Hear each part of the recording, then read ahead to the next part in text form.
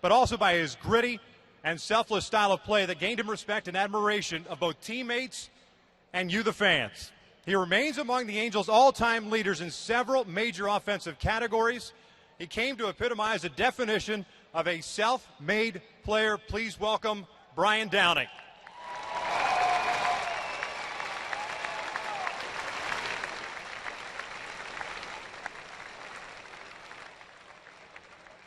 Next, the most accomplished left-hander in club history. He pitched for the Angels from 1986 through 1999 and remains the Angels' all-time leader in wins, starts, innings pitched, and second in strikeouts. A four-time All-Star, he won 10 or more games for the Halos 10 times, tossed 200 or more innings 8 times, and struck out 200 or more batters 3 times. Ladies and gentlemen, Chuck Finley.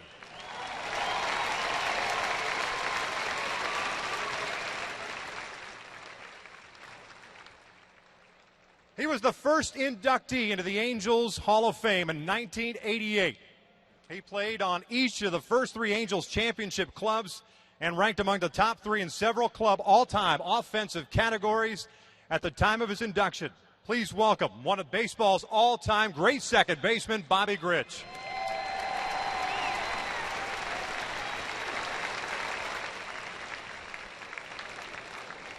Next up, a 6-time All-Star, 3-time winner of the Angels Owners Trophy as the club's most valuable player. He played 18 seasons in the big leagues, including 11 with the Halos from 1961 to 1971. He would later guide the Yes We Can club to its first Western Division title in 1979. Please welcome back one of the original Halos, Jim Fregosi.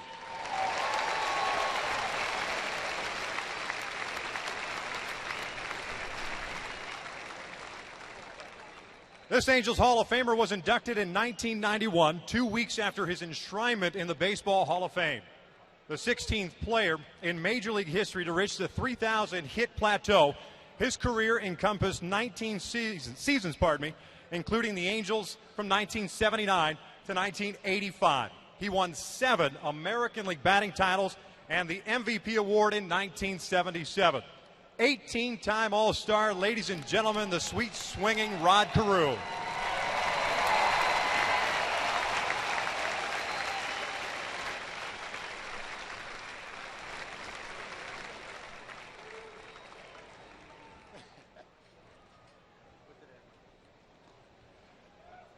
And now the 2013 inductee into the Angels Hall of Fame.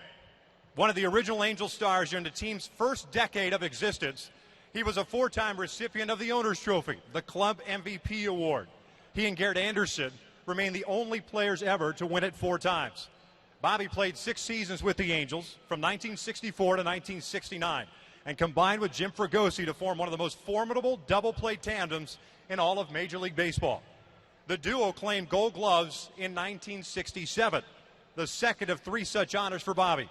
He led the American League in triples in 1966 with 11, while also appearing as a starter for the American League All-Star team.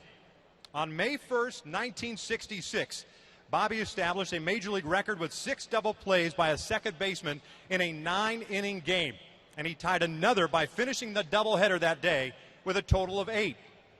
He also holds the Major League record for most putouts by a second baseman in a game, with 12 on August 30th, 1966.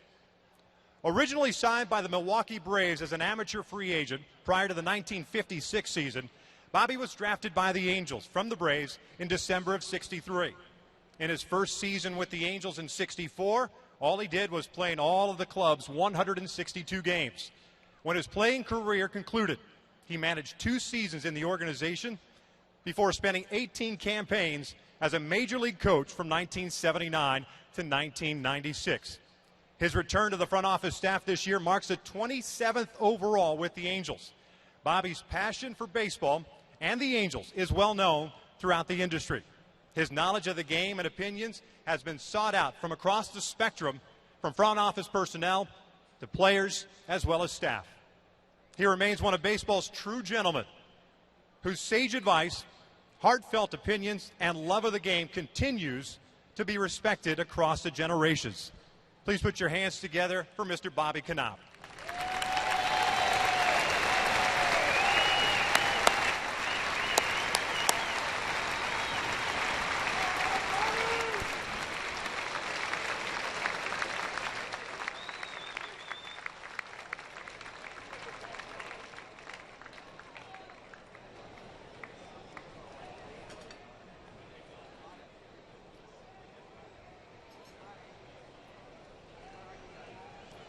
Bobby, two members of this exclusive club are not able to attend this evening, but ask that we read you the following message.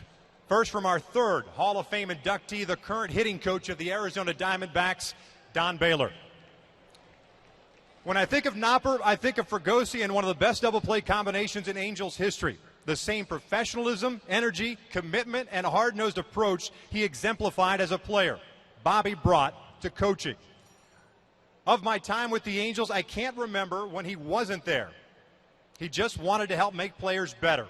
I have such tremendous respect for him, and I'm grateful he will always be a great friend. He is so deserving of being a member of the Angels Hall of Fame. May God bless you.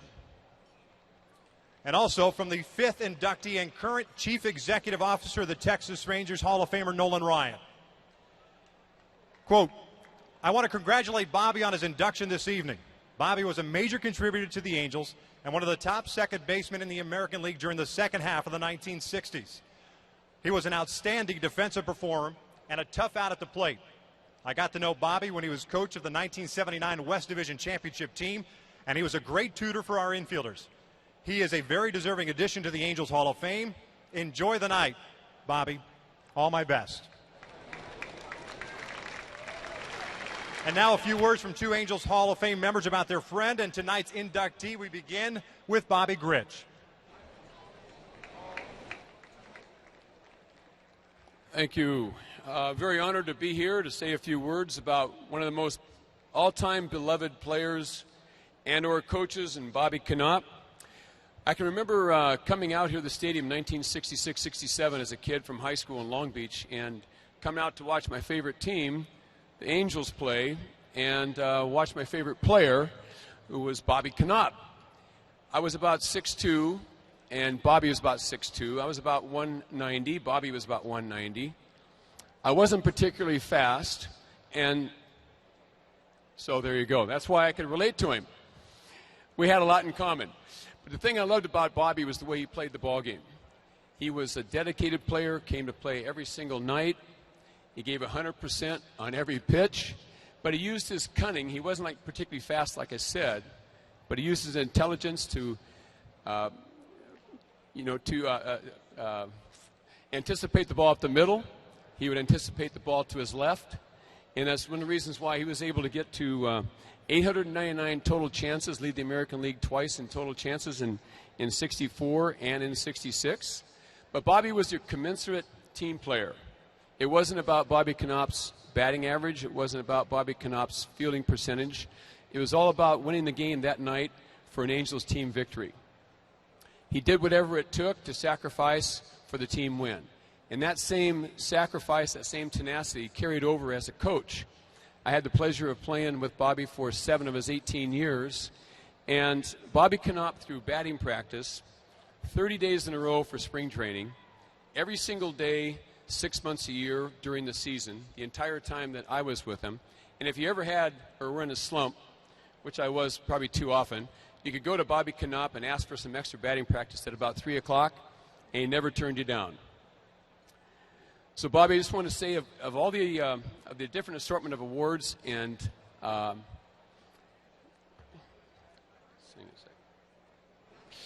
awards and trophies that I have received, the one that my most prized possession, the one that I'm most proud of, is the Angels Hall of Fame ring right here. So wear it with pride. Welcome to the Angels Hall of Fame, deservedly so, and know that you're a part of Angels history forever. Congratulations, Bobby.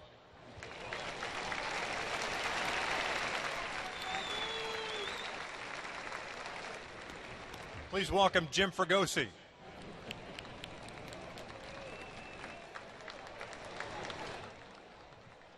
First of all, I'd like to thank Artie Moreno and the Angels for how they have treated the ex-Angel players and the people on the Hall of Fame, and it's just wonderful how this organization has treated everybody.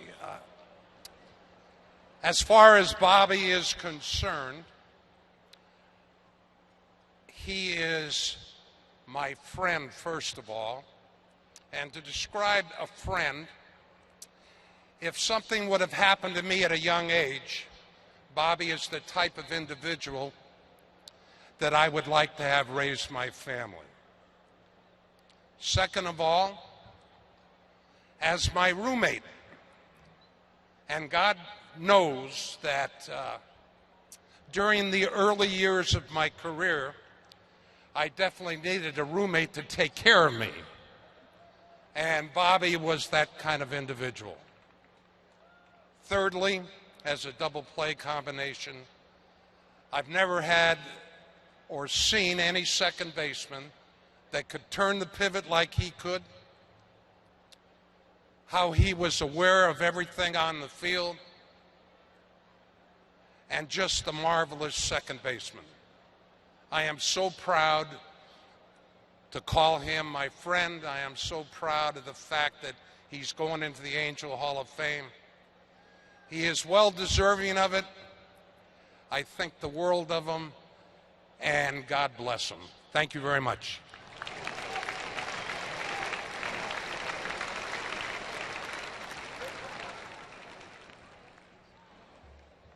Now we ask Artie Moreno to please step forward for a special ring presentation to Bobby Knopp. A ring has been presented to each member of the Angels Hall of Fame, as Bobby was just talking about. The one being given to Bobby Knopp tonight features the number 1 on one side of the ring. And while he wore number 29 during his playing days with the Angels, he was given the uniform number 1 during his tenure as coach, something he remains very proud of.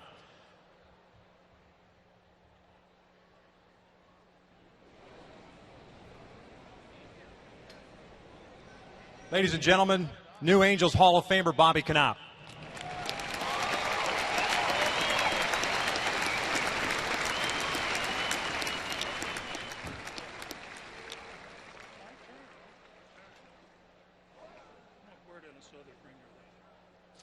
Thank you very much, Artie. Ladies and gentlemen, when I ever have the opportunity to come into this magnificent stadium, it brings back a lot of special moments and some very, very special people. Unfortunately, I cannot at this time properly pay tribute to all those people for the encouragement and God knows the help that they gave me to play this game. I'll get it done if my memory don't go south. And for those of you who, like me, are enjoying these quote-unquote quality golden years, you'll completely understand. In January of this year, through the efforts of a very dear friend of mine, I was able to contact the Angels, and during a conversation with them, they afforded me the opportunity to rejoin the organization in an active role. It took me about 5 seconds to say yes, with jump up and down enthusiasm and joy. I think in reality, I probably just lifted one foot and then the other, however. But from that day on, this year, it's been a celebration for me.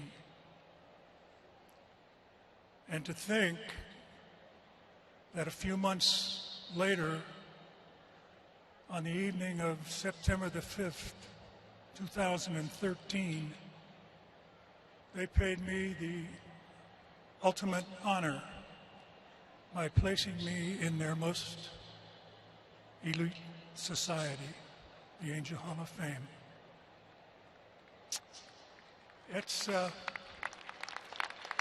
It's completely incredible to me to think that from this day forward, my name will be associated with those of Mr. Autry, Jimmy Reese, and the finest, most successful players in the Angel history to date.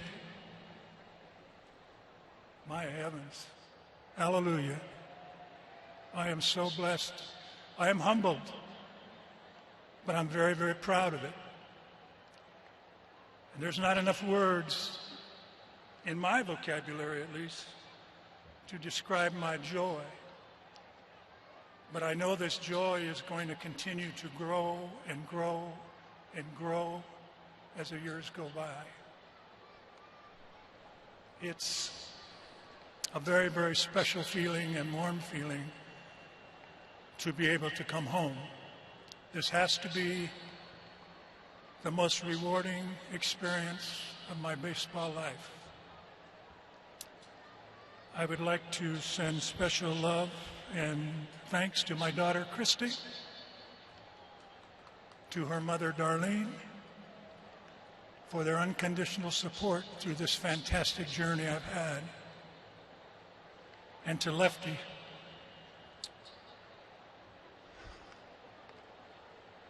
the most courageous person I'd ever known. Ladies and gentlemen, thank you so much. Boys and girls, baseball fans, Angel fans, thank you.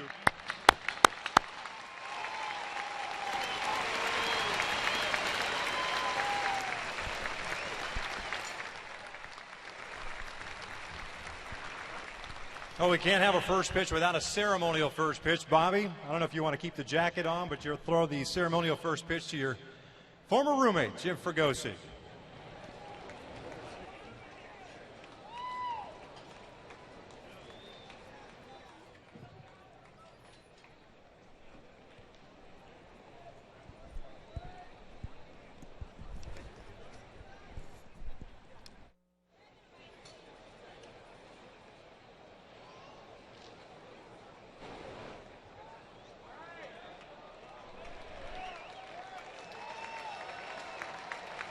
All right, Bobby, let's play ball.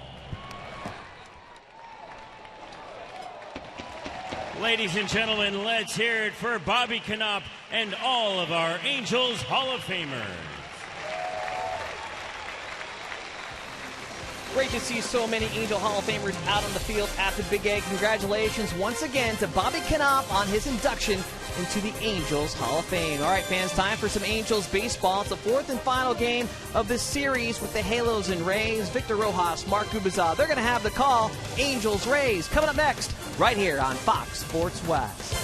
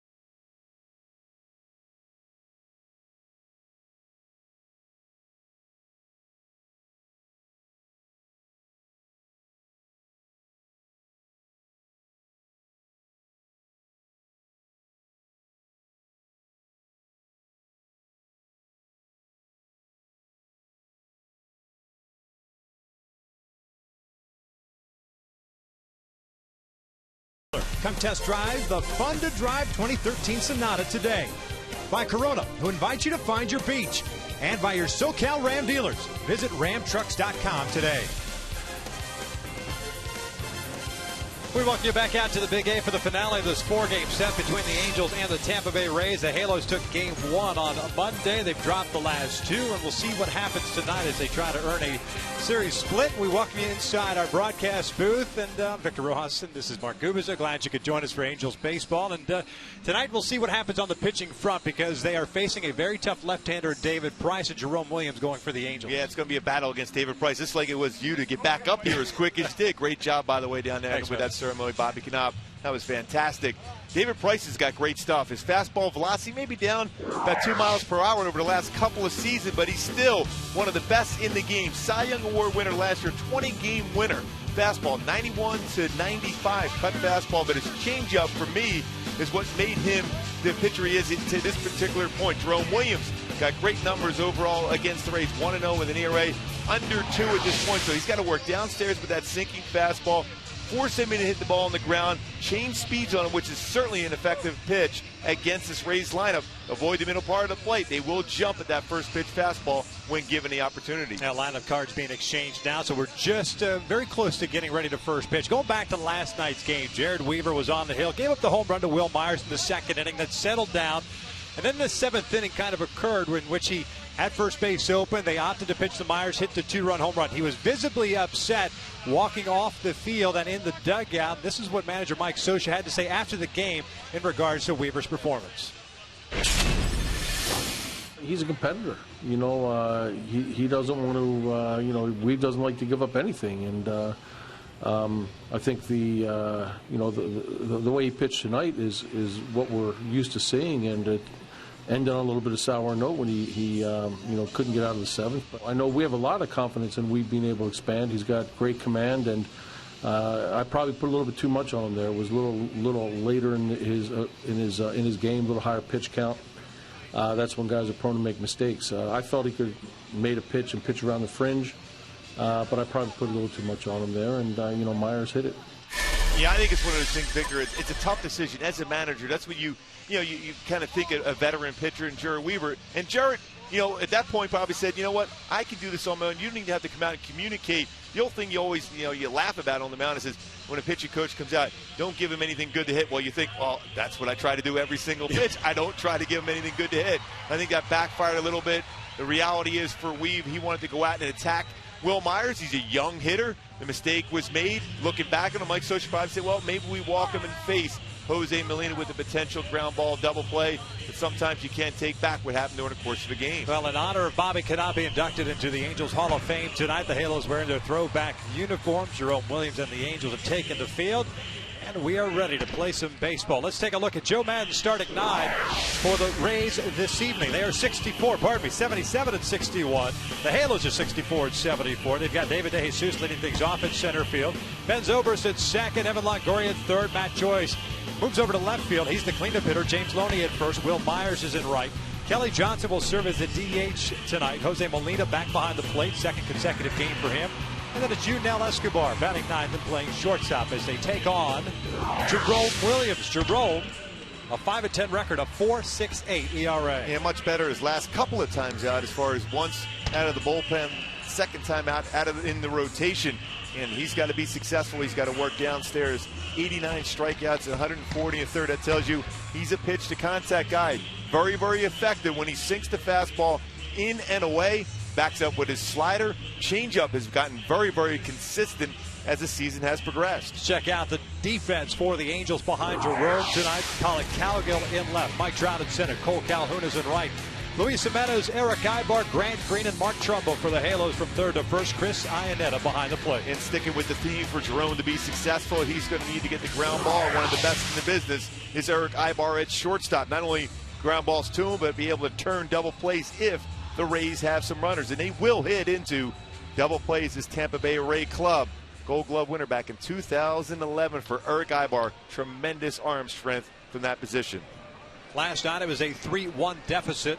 Both teams with 7 hits. The long ball prevalent for both teams.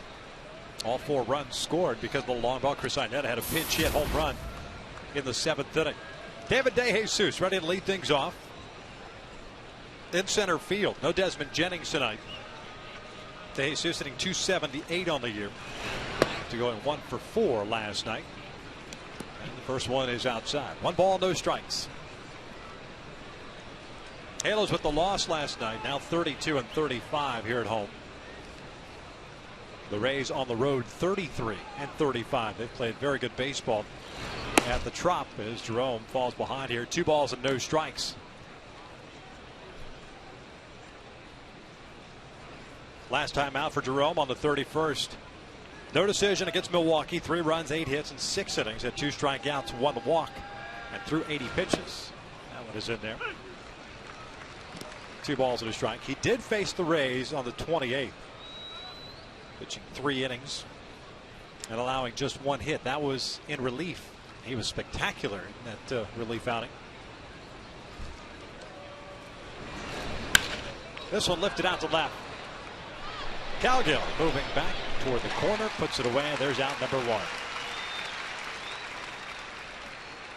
And with Jerome, the bottom line is for Jerome to be successful, just get ahead of the count also allows him to throw his changeup, his slider, and work on some movement on his fastball, expand the strike zone. And he was very good in Tampa. You mentioned that, Victor. He was very aggressive, getting a lot of quick ground ball outs.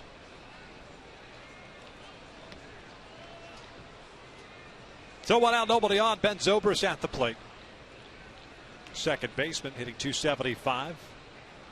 And a double last night, finishing up going 1 for 4. The double is 34th. Jerome behind in the count at 1 ball, no strikes. We've seen that a little bit too much over the last couple of games. As good as that road trip was for the Angels, starters and bullpen, all of a sudden here at home, behind in the count has been said way too often through the first 3 games. Yeah, my theory, especially with Jerome and Garrett Richards, with the type of movement they have on their fastball, they got to start middle of the plate and run either down and away or down and in. Trust that movement. When you start that fastball on the corner, very difficult for a home plate umpire to call that a strike, because it's going to be late movement and it goes off the plate at the very end. 2-1 off the plate. 3 balls and 1 strike.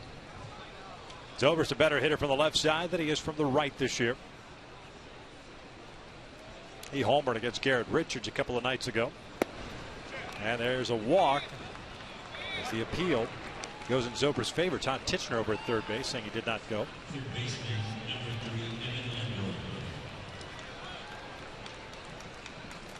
Todd did a nice job behind the plate last night. C.B. Buckner is calling the balls and strikes tonight.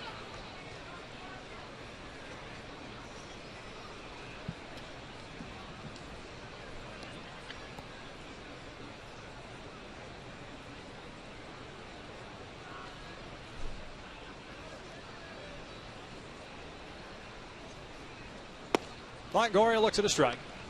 Third baseman hitting .266, 28 home runs, 72 runs batted in. Still the goal against Longoria is force him to hit the ball to right field. He does have good power to right center. And it's going to be a pitch in the middle part of the plate for him to drive that ball that way. Longoria had been hitless in the season series until Tuesday. Picked up a couple of knocks. Picked up a base hit yesterday. In the hole now at 0-2.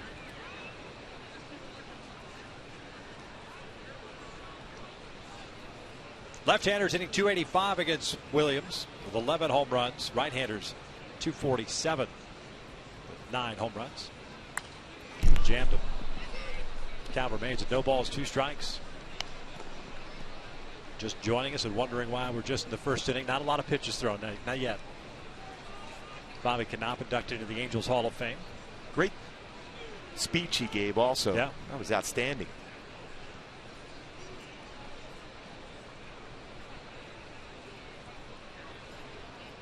Zobrist over at first base with 1 out. 1-2.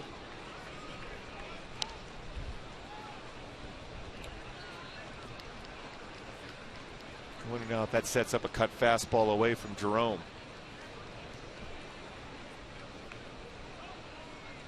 Quick throw to first, and back in there is Zobrist.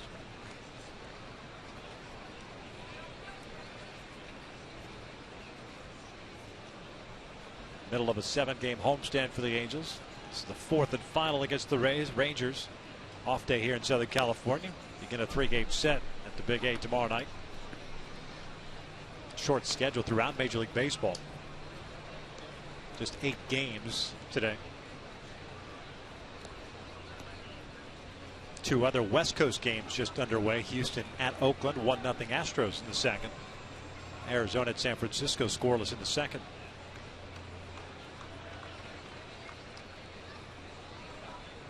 I won't say any more. I'll wait for that Carl's Jr. update a little bit later on. 2 balls, 2 strikes. That's a good one, too. I don't want to give it away. Nope. 15 pitches thrown by Williams, 1 out. Man at first via the walk. 8 balls, 7 strikes for Jerome. I mentioned only threw 80 pitches in that start against Milwaukee.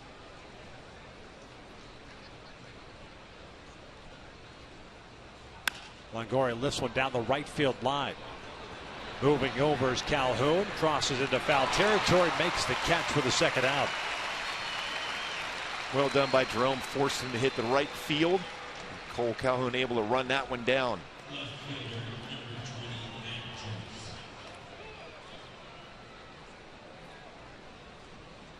Longoria's got great power to left field, to left center field. If you can make him aware of a fastball away, you can open up that strike zone for yourself. See him talk about a 4-seam fastball, cut fastball. That's the important thing as a hitter when you go back into that dugout, the conversations you have with your fellow teammates and what Jerome Williams has been thrown already in the game. Matt Joy swinging first pitch, lofts one out to center. Trout in a couple of steps under it. And we will head to the bottom of the first. Eric Ibar, Chris Iannetta, and Mike Trout to face David Price with no score.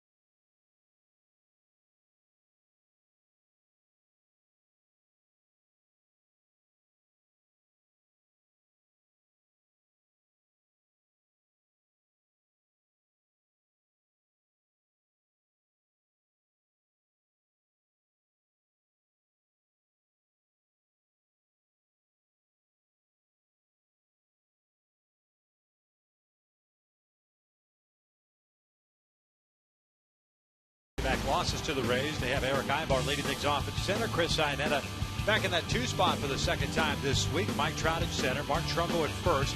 Hamilton will serve as a DH tonight. Luis Jimenez at third base. We saw Cole Calhoun. He's in right. Grant Green's in second. And we also saw Colin Cowgill. He is batting ninth, playing left field. Taking on the just turned 28-year-old left-hander, reigning Cy Young Award winner, a native of Tennessee by the name of David Price. What a great walk to strikeout ratio. 21 walks this season and 116 punch-outs. That's in 144 in the third innings pitch. We talked about his fastball being down slightly as far as average speed, but still a very good fastball, 91 to 95 cut fastball, curveball, very, very good changeup. 4-2 in his career versus the Angels with an ERA right at 3. Very good here at the Big A, 3-1 with an ERA 2.73. Second look at the Rays defensively. behind David Price. You've got Joyce, DeJesus, and Myers from left to right. Longoria, Escobar, Zobrist, and Loney from third to first. Molina behind the plate. And I think one of the big reasons why this Rays defense has improved from last season is James Loney at first base. First 75 games, he had 6 errors, but the last 58, no errors. Very good as far as picking the low throws, good range, and a good throwing arm for first base. Eric Ibar ready to lead things off against Price. 8-6, 3.30 ERA. Last year, 20-5 record, 2.56, making 31 starts for the Rays. Just edging out Justin Verlander for the Cy Young.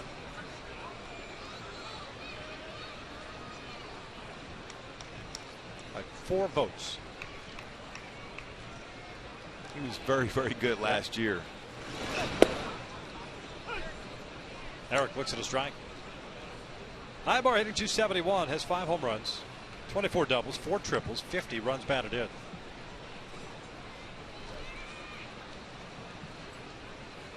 One for 4 last night.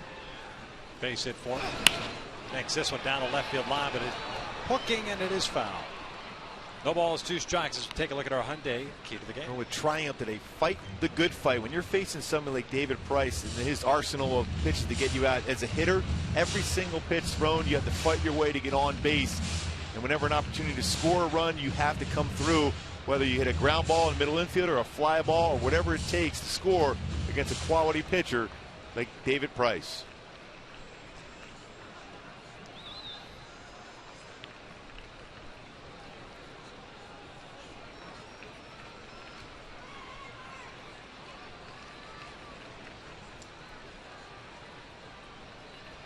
Oh, 2 on the way. It's outside. 1 ball, 2 strikes. And kind of an unorthodox delivery for David Price. Yeah, he recoils when he throws the baseball. Over the last couple of seasons, throwing more cut fastballs, but that's been an effective pitch, especially a cut fastball against a righty catching the outside corner. 2 balls, 2 strikes. And even his windup is kind of a very quiet. A lot of the guys in the Rays organization seem to have very similar style of windups. That allows you to be more consistent in the strike zone. The quieter, smoother mechanics, better opportunity to throw the ball in the strike zone. This is punched into right field, a base hit. Will Myers over to cut it off. Ibar does not stop running. Myers spins around, fires a second. The throw is offline, but Longoria is right there. A leadoff double for Eric Ibar. 25th double of the season for Ibar. Going the other way against Price. Challenging Will Myers. There's ways to cut it off, but the job as far as getting that fastball and get a good part of the bat. And right out of the batter's box, he was going to force the issue and slides in with a leadoff double. Pressure on David Price from the get-go. Halos have been hitless with men in scoring position over the last 2 games. 0 for 11 combined. 0 for 6 last night. Jeremy Hellickson ended up picking up the win last night, going 5 1/3, allowing 4 hits. Iannetta up, .212 average, 8 home runs, 32 runs batted in. Mentioned that he came in as a pinch hitter in the 7th. Drilled one out to straightaway center field. That was off Jake McGee, the lefty. Chris was in the 2 spot for the first time in his big league career in Tuesday's game. Drew a walk and had 3 strikeouts, 0 for 3.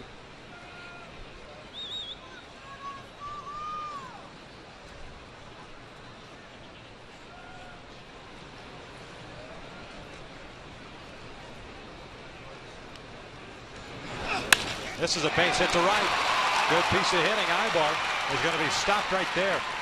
Back-to-back hits for the Halos to start this first inning, and Trout will step to the plate. And back-to-back hits the other way against Price. Again, not trying to do too much. A quiet approach for Iannetta. Got a fastball, not located exactly where Price wanted to throw it. Was down, and the job is done by Iannetta. His thought process was to hit the ball to that side of the field. Reward it with a base hit, a hard base hit in the right field. Snaps an 0 for 14 for the Angels with men in scoring position. Now Mike Trout steps to the plate. .335 average for Trout. 23 home runs, 82 runs batted in.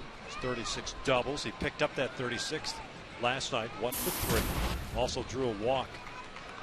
See his overall on base percentage at .433. And that has gone up.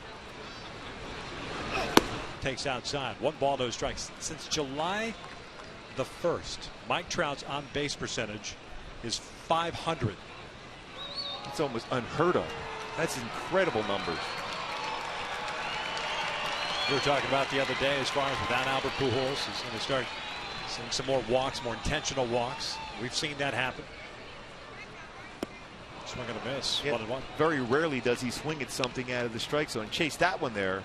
Hadn't seen a slider yet from Price. A lot of fastballs, some cut fastballs, but that was the first breaking pitch.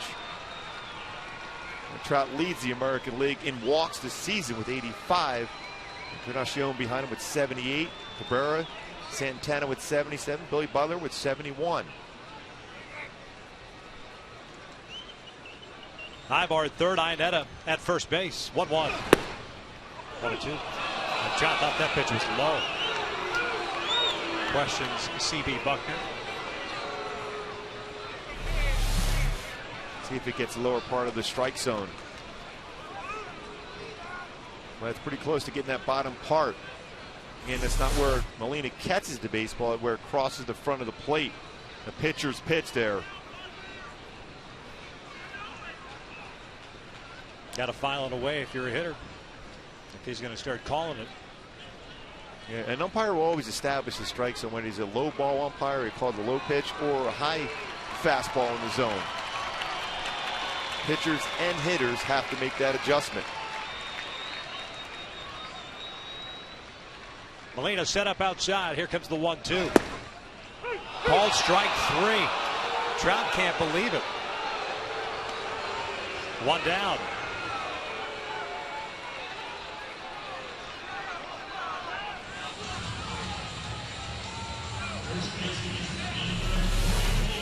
Molina setting up away. Head of the count. Tough pitch. Again, pitcher's pitch. It's in the lower part of that strike zone, the lower quadrant of the strike zone. Basically, it's an unhittable pitch, especially when you're throwing that hard that Price is throwing the baseball. 0-1 out, and it's up to Trumbo. Try to pick up Trout.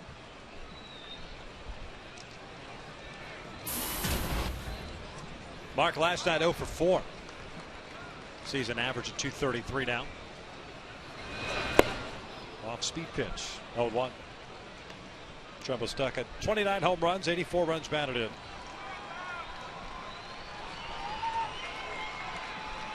Mark 5 for 12 against David Price, including a home run. Again, what Eric Ibar and Chris Iannetta did at their first at-bats, same thing you look for Trumbo. Just relax the plate. Don't try to hit it 500 feet. 400 is good enough.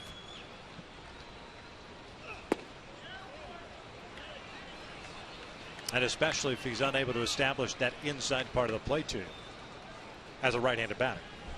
Then he can look out over the plate and drive the ball to right field, exactly what Eric Ibar and Chris Iannetta did. It'll get the job done. You need to score when you get that opportunity against David Price. Ibar had a leadoff double, Iannetta with a single, and now Trout went down looking for the first out.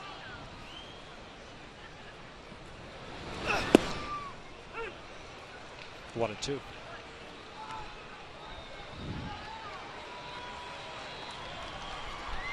Pretty good pitch to drive right there. Again, you're almost caught in what you're looking for. He hasn't established he can throw the fastball inside on any hitter quite yet. You look out over the plate.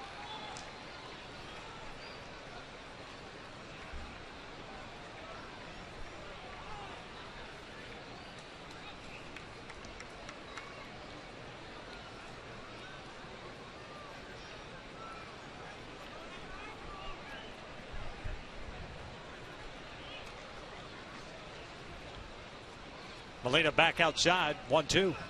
Chopper towards second. Sobris touches the bag, fires the first, and double play. So the Halos get the first 2 men on and do not capitalize. One complete, we're scoreless.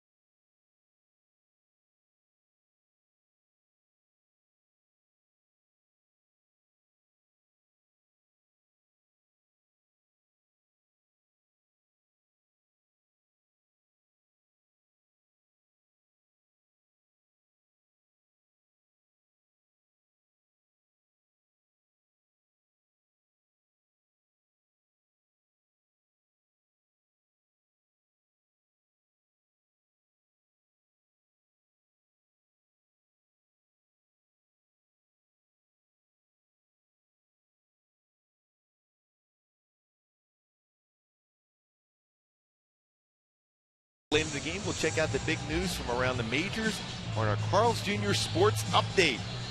Pretty good battle going on in baseball, and a fantastic finish earlier today. Just get a little tease on that one there, Don't we need Victor. like a nightly news, like a typewriter? I'll do like this a ticker one. or something when you do that? All right, that'll work. Fresh off the ticker. James Loney to lead things off. First one's in for a strike. Loney, Myers, and Johnson for the Rays here in the second. A missed opportunity for the Angels.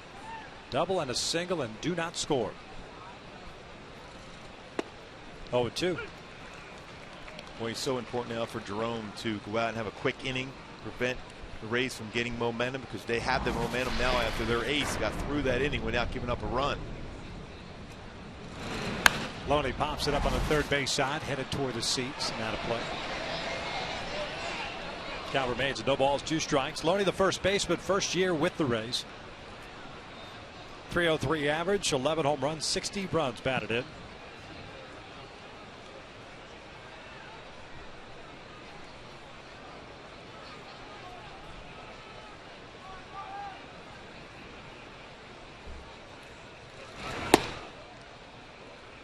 That's that good changeup that Jerome's been throwing of late.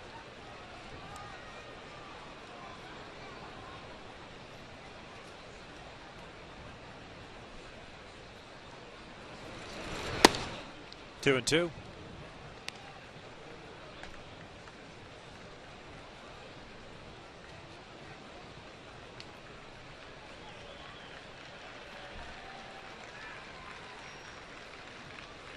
Jimenez off the line and back at third base with a 2-ball, 2-strike count. Loney leading off the second inning. And he swings and misses on the breaking pitch. Strikeout number 1 for Jerome Williams. Time now for Fox Sports 1 game break.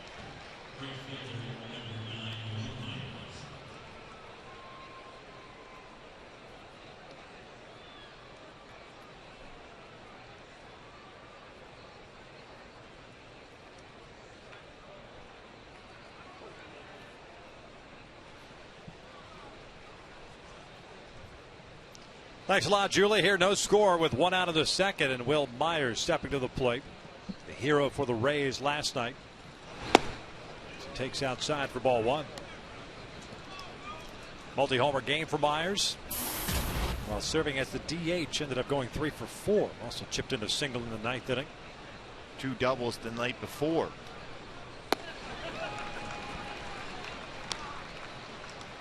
Still feel he doesn't have a lot of coverage on the outside part of the plate. If Jerome can stay there, should be effective, especially if you keep it down. Elevated, yeah, he can drive the ball to right center. Down, more difficult for him.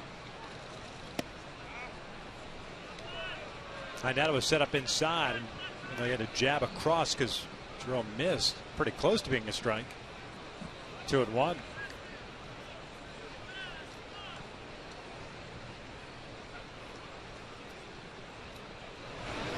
Ground ball over to Luis Jimenez. 2-hopper.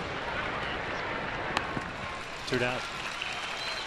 Hey kids, time is running out to join the Junior Angels Kids Club presented by Farrell's Ice Cream Parlor Restaurants for only $5.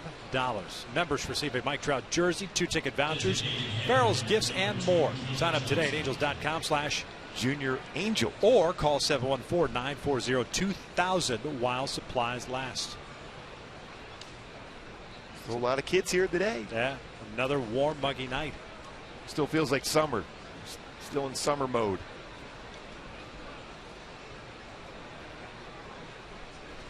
When do we turn to fall? Is that seriously? What's the? Do you know? It is September 21st. You look that up in the Farmer's Almanac. Yeah. You got that app on your phone? Like everything else on my phone, I got everything on there. You know when the next blue moon's going to happen and everything. So I like hanging with you.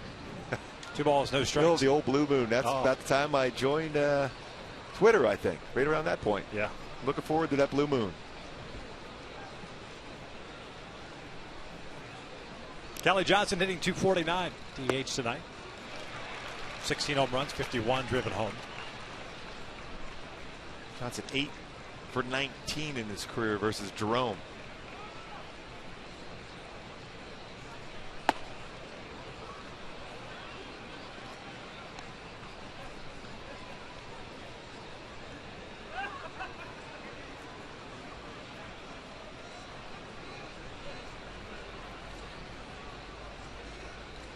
3-1 pitch. Johnson, this one off the end of the bat, rolls it foul. A nice changeup on a 3-1 count from Jerome. We've seen this Rays team as good as it can be, and it was very good 2 nights ago. And of course, last night the pitching was fantastic, but susceptible to the off-speed pitch. Even when Weaver got it going, it was the off-speed stuff that kept them off balance for the most part. And it's a 2-out walk. The dreaded 2-out walk. Second one issued by Jerome. And Molina will come to the plate. Johnson with 7 stolen bases this season. It's caught 4 times.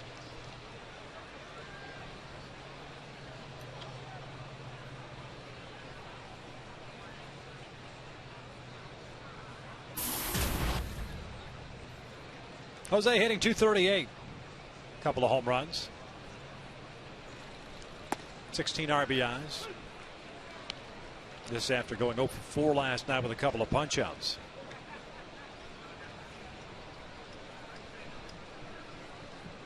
Jerome did a nice job though. Quick pitch through the timing off of Molina and Johnson.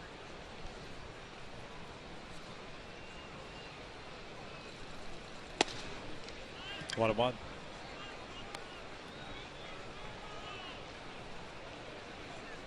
To your point from the first inning, looks like he's just still trying to be too fine to just paint the corner.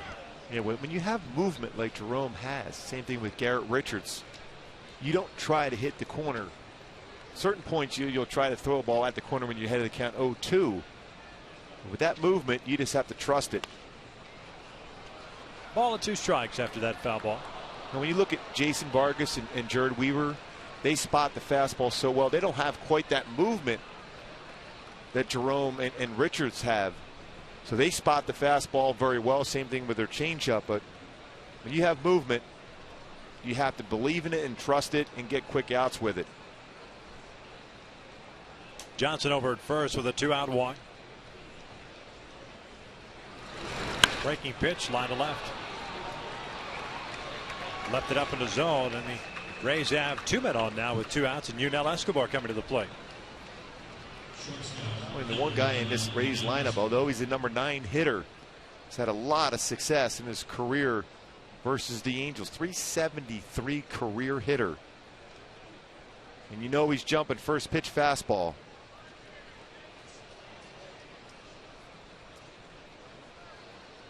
First hit for the Rays. Third base runner of the game. 2 walks and now that single. And Escobar coming up now. 1 for 4 game last night. He had a double in the 7th inning. 23rd of the season. .267 average. Has 9 home runs. That 9th home run coming a couple of nights ago. Did not go. That's Dale Scott, the crew chief.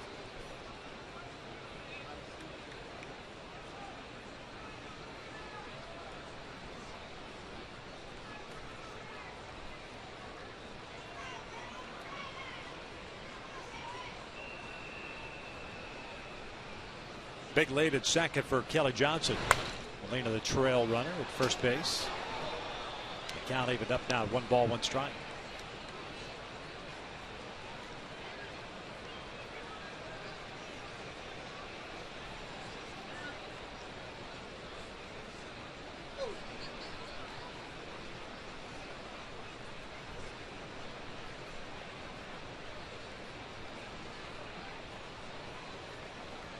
Outfield straight around for the Halos.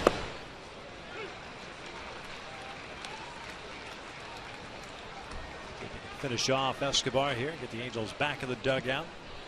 See if Calhoun will come in a step or two with a 1-2 count. The fact is Jerome probably throws something away. Their cut fastball or sinking fastball away. Now Cole plays a pretty deep right field. And Escobar goes down swinging to end the Rays half of the second. We'll head to the bottom of the second. Hamilton, Jimenez, and Calhoun coming up for the Halos with no score.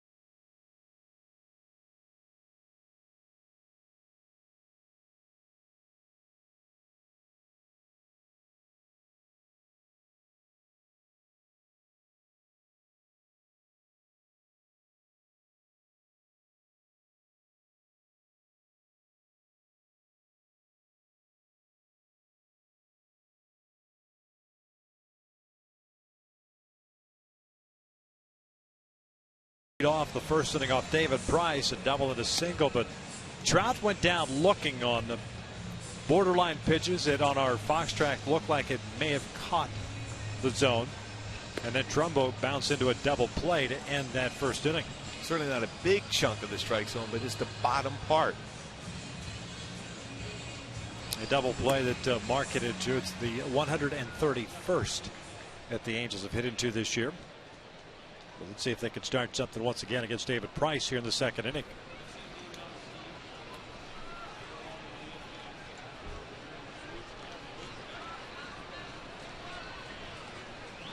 Josh Hamilton hitting .236, 19 home runs, 61 runs batted in. DH tonight. 1 for 3 last night with a walk and a single.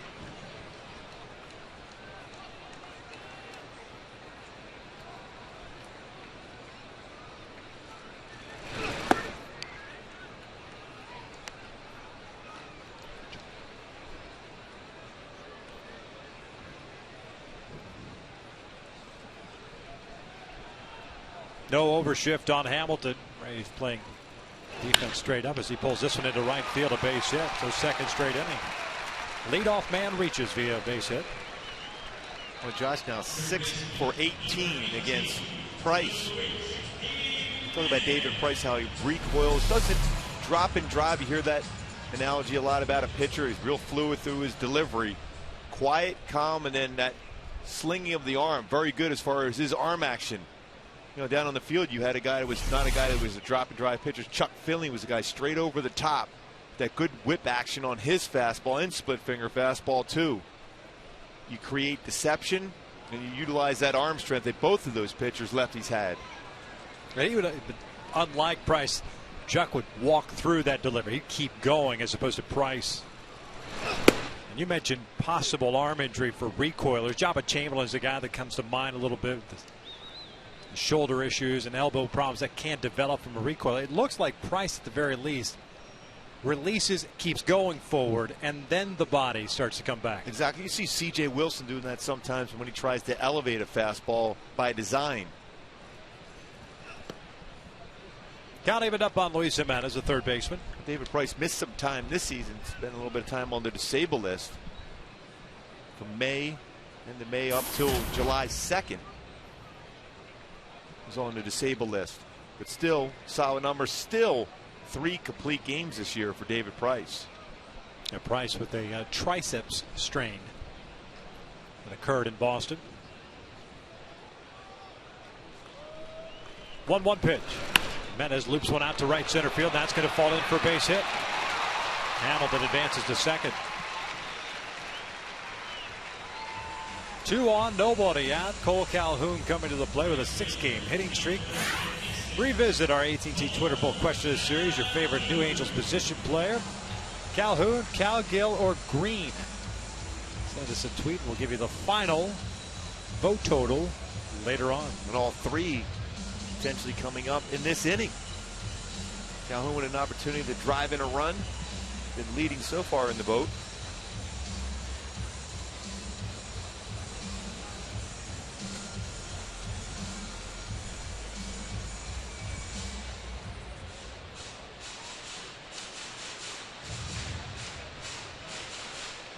A conversation with Molina and Price. Interesting.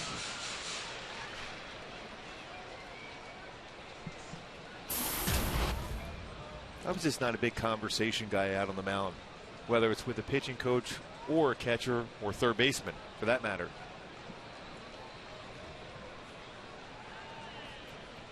And yet now you make a living talking to people. It's funny how that works. Oh, I did a lot of talking in between starts, that's for sure, on that bench. I had 4 days to reflect on that previous outing.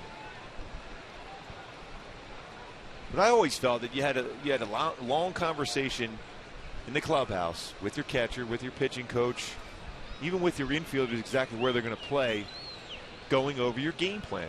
At that point, I want to be in as quick as rhythm as possible and not slow down the tempo on the mound. 2 balls, no strikes on Cole.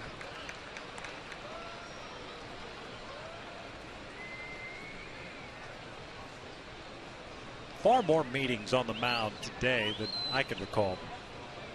You were playing or otherwise. I mean, it just seems like unless there is something mechanical, or mechanics-wise, that a pitching coach or a catcher is seeing, you're right. That's what signs are for. That's what in between innings is about. Right. If you want to have a conversation at that point. If you're giving a defensive signal, or if you want to intentionally walk somebody. Or if you, as a pitcher, you look around in your middle infielder, you're thinking about potentially putting a pickoff on, whatever sign that would be, touching your hat, your leg, whatever it's going to be. Yes, that part of it's, should be still in the game. But those long conversations to slow down the pace of a pitcher, I don't think there's any benefit to it. 2-1. Cole lifts one foul. Headed into the seats. Evens up the count at 2 balls, 2 strikes. Boy, one guy doesn't like to have many conversations, Jared Weaver. He just wants to go out and be as competitive and as quick as possible. Doesn't like those conversations.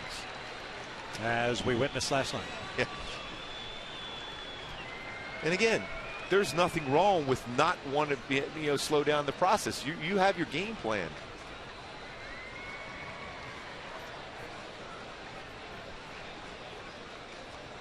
Hamilton with a base hit to right. Jimenez with a base hit to right. First and second, nobody out.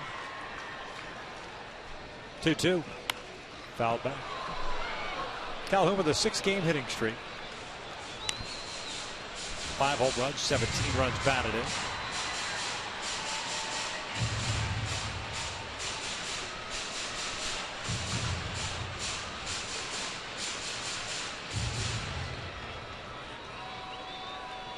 Calhoun hitting .333 versus left. He's 3 for 9. A lot of those hits during this streak, batting .381, we're hitting the ball the other way. That's why you see the Rays shading him the other way now.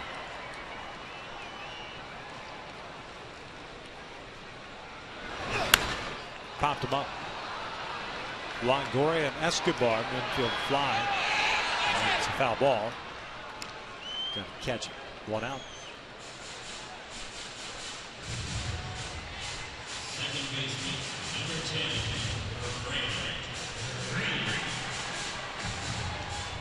Now, Grant Green's been pretty patient at the plate since joining the Angels, though when he sometimes goes up there guessing first pitch fastball, he's had success doing that. Might get a first pitch fastball from Price, and if I'm Grant Green, I'm jumping on that first pitch.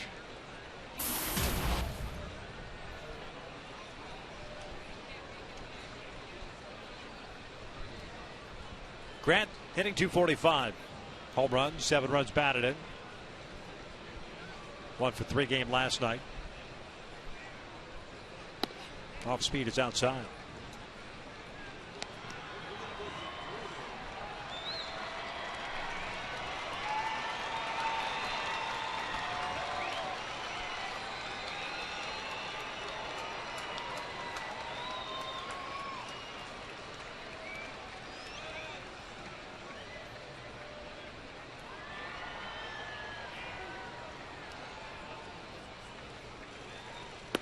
Off-speed pitch. 1 ball, 1 strike. Back-to-back changeups to Grant Green from David Price.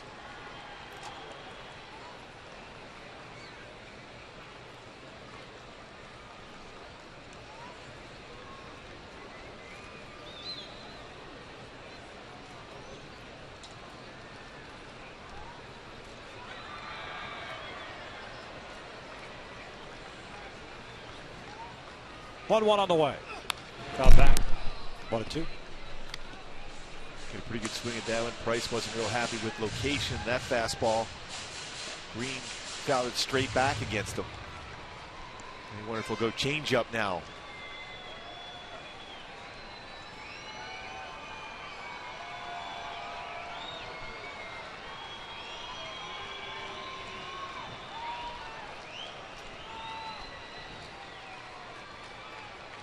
Colin Cowgill, the left fielder's on deck. 29 pitches already for Price, but the Angels have yet to get that knock that brings in a run. The one thing for Price tonight, he's been a lot slower pace than I've ever seen him.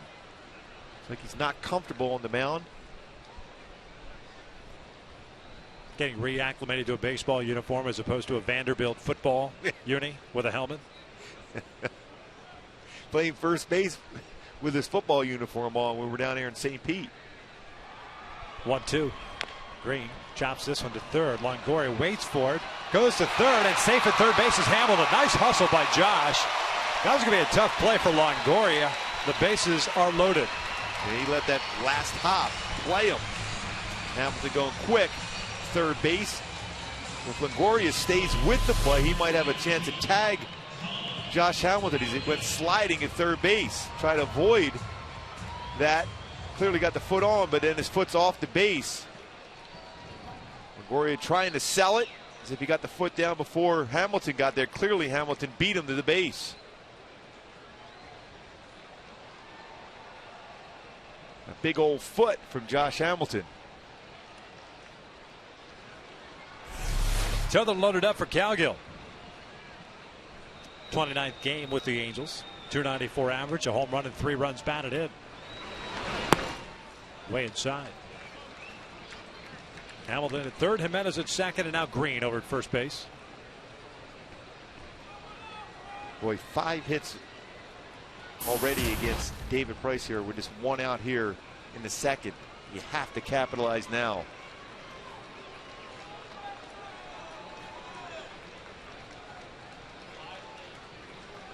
Calgill does have a grand slam this year, opening day with the Mets.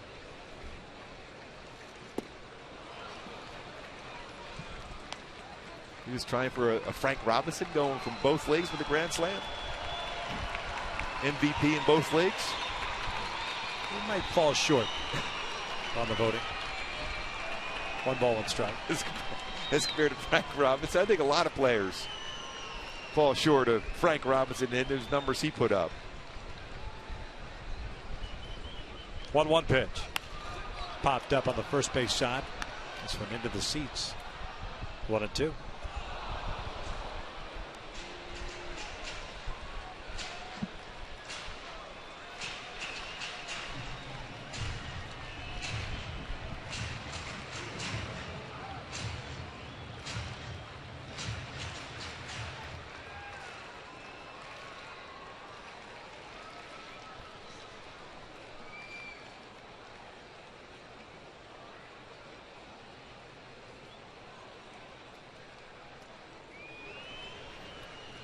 One ball, 2 strikes with 1 out. Another long look in for Price. He has 1 strikeout, no walks. 5 hits allowed. Tapper, off speed pitch.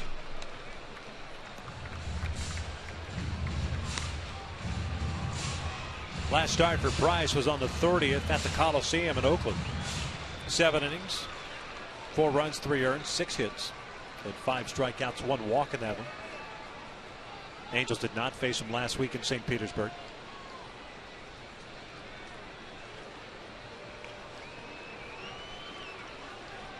Threw 107 pitches in that start.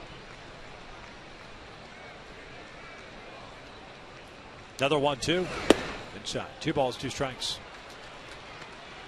Pretty good fuzz at 97.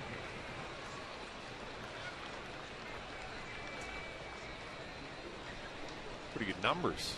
Bases loaded. Grand slam, 2 for 4 overall, but 7 RBI. Think you go back off speed here after 97 in. I think he's going to throw a fastball again. Try to jam him. 2-2 pitch. Off speed, driven to the alley in left center field. This should clear them. 1 hopper to the fence. Green being waved in. The Angels have a 3-0 lead.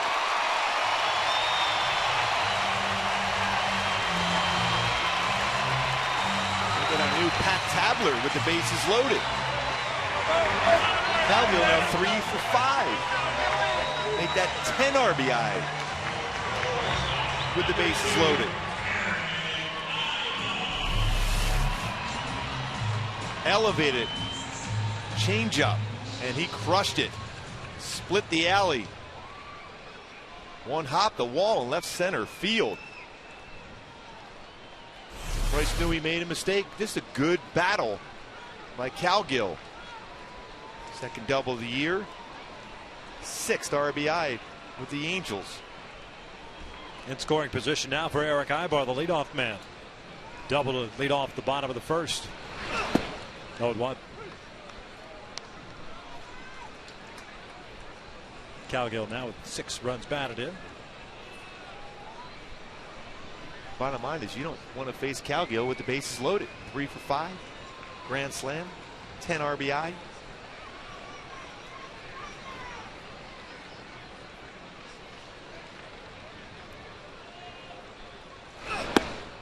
One ball, 1 strike. Double that Eric had in the first inning. It's 25th.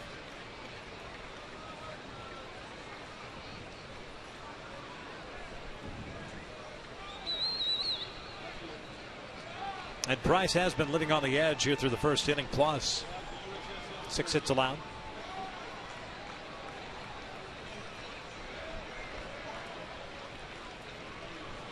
And a 1-1.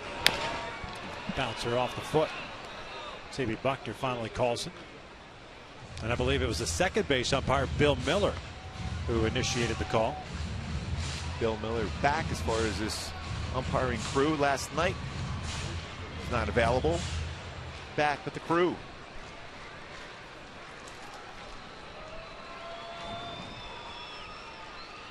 One ball, 2 strikes on Eric Ibarn.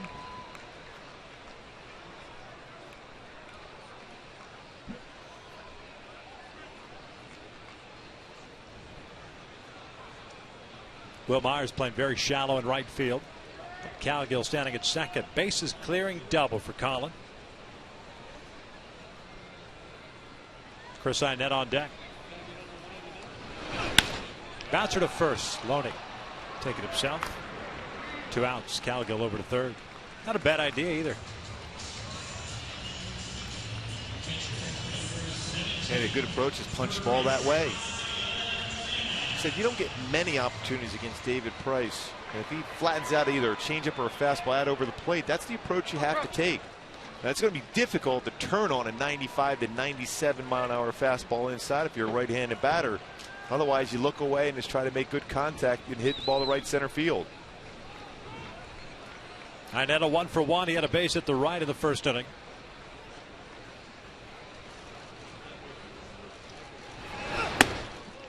Took a shot at it. First pitch fastball. That's an 0-1 count.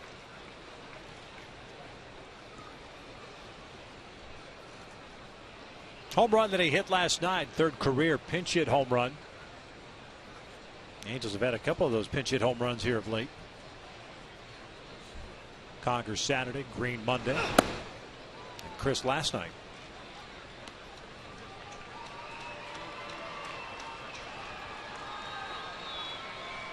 Peter Borges and Conger. Howard Kendrick all hanging out. Now he's still progressing slowly from that knee injury. Had a conversation with Mace, felt a lot better today, though. This one's fouled back 1-2. Now, it may not mean a whole lot because as fans, you're sitting there wondering, well, I thought that injury wasn't that big a deal. No structural damage. And figure the initial reaction after the game was, all right, give him a couple days, ends up going on the DL. But I know we've talked about the fact that his batting practice has been absolutely ridiculous. Now, you may be sitting at home going, who cares? It's just batting practice. But you don't understand. He is driving the baseball to everywhere. It's been the running part. It doesn't bother him to swing the bat. No, not at all. And especially when he's been turning on pitches, so there is some torque in that knee. Price thought he had the punch out. It's 2 balls, 2 strikes. But he hasn't been able to run, Howie. I mean, he has said he's pretty happy with what transpired after that. When he first hurt his knee, he thought he was going to be in big time trouble. Cowgill sliding in, and then the contact with his ankle, and then the turning of the knee. He was pretty fortunate that it wasn't worse. So he's getting close to getting back in there. This one over to third. Longoria throws out Iannetta, and the Angels half of the second comes to an end, but not before Colin Cowgill delivers with the bases loaded, picks up a double and 3 runs batted in as the Angels take the early lead.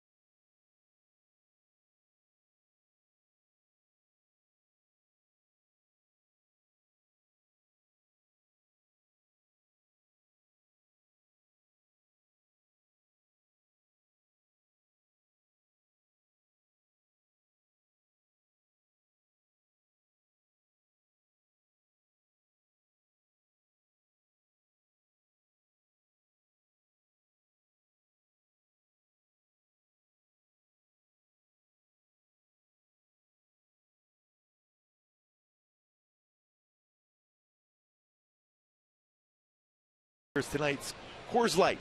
Cold, hard fact. Mike Scioscia's Angels will have a significant say in who gets into the postseason, remaining the schedule versus the Rangers and the A's. 4 series combined against the 2 rivals. Mike Scioscia's club, an opportunity to do some damage against teams trying to get into the postseason. Cold hard fact is brought to you by Frost Brew Coors Light. David DeJesus leading things off. He's the leadoff man and center fielder tonight for Joe Madden. Fly ball to left field to start the game.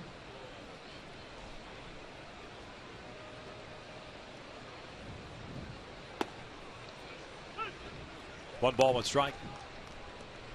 DeJesus from New Jersey. I believe it's I lived in New Jersey. Manalapan? Did I pronounce that correctly? That's northern New Jersey. Is it? Yes. I should know this, but I don't. That's all right. Appreciate the help, Philly guy. Like I said, that's northern New Jersey. That's New York. It's New York.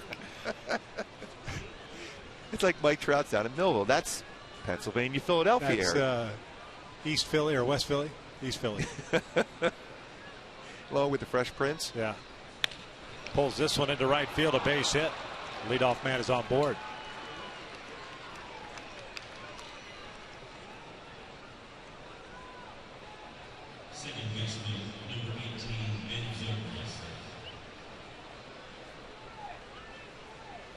Up steps Ben Zobrist.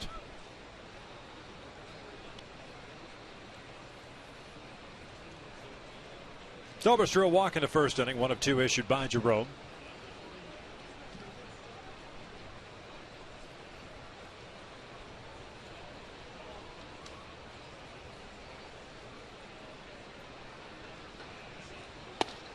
Actually, I looked it up. It's inland.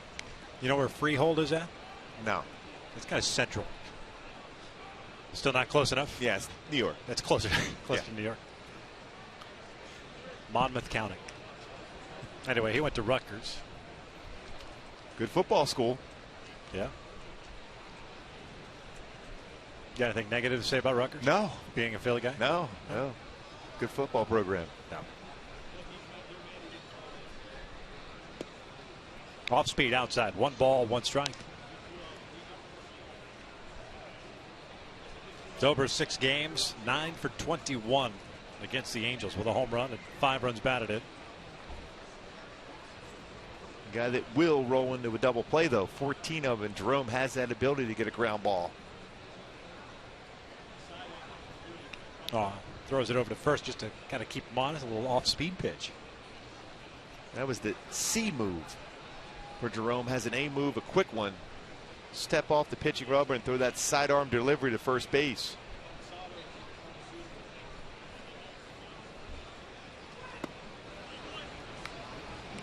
Two balls and a strike. Want Jerome to have kind of a quick inning here, shutdown inning. Yeah, you have to have that. You got to maintain the momentum. You don't want to allow the Rays and David Price to feel they're going to be part of this game.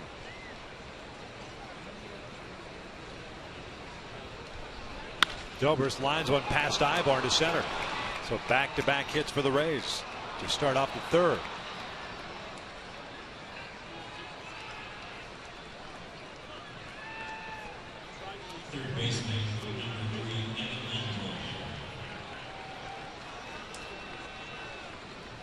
Third baseman Evan Longoria is stepping to the plate now.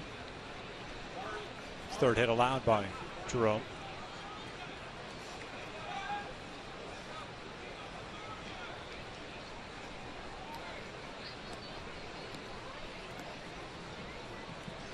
And a fly ball down the right field line in foul territory that Calhoun caught. So he's 0 for 1. 3 runs in the bottom of the second for the Angels. 3 singles. And the bases loaded double by Colin Cowgill.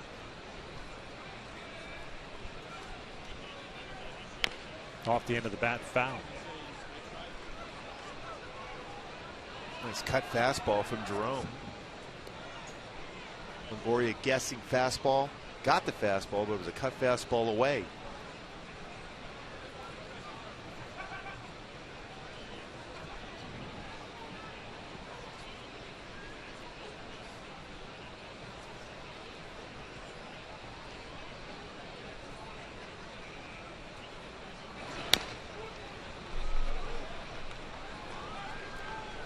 No balls, 2 strikes.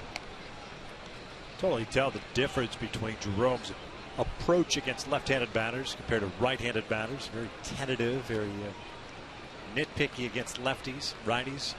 Seems to move the ball back and forth fairly well.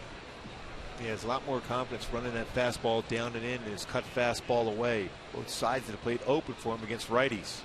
Swing and a miss. Down goes Longoria, and there's out number 1. Third strikeout for Jerome. That's where his changeup becomes more important against left-handed batters. Nice breaking ball to get a swing and miss. A 3-pitch strikeout against Longoria for Jerome. Now Joyce was up hacking first pitch, first at bat. Yeah, you figured Joyce, Escobar, definitely first pitch off speed guys. Delman Young, if he's in the lineup. Good call now on changeup. You could see his approach was looking for a fastball, and he read fastball, but at 86 out in front.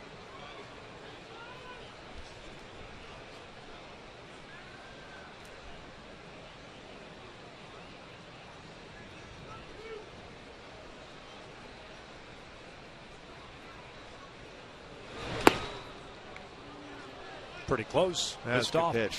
1 ball, 1 strike. One thing about Joyce, look at a number of hitters in this Rays lineup.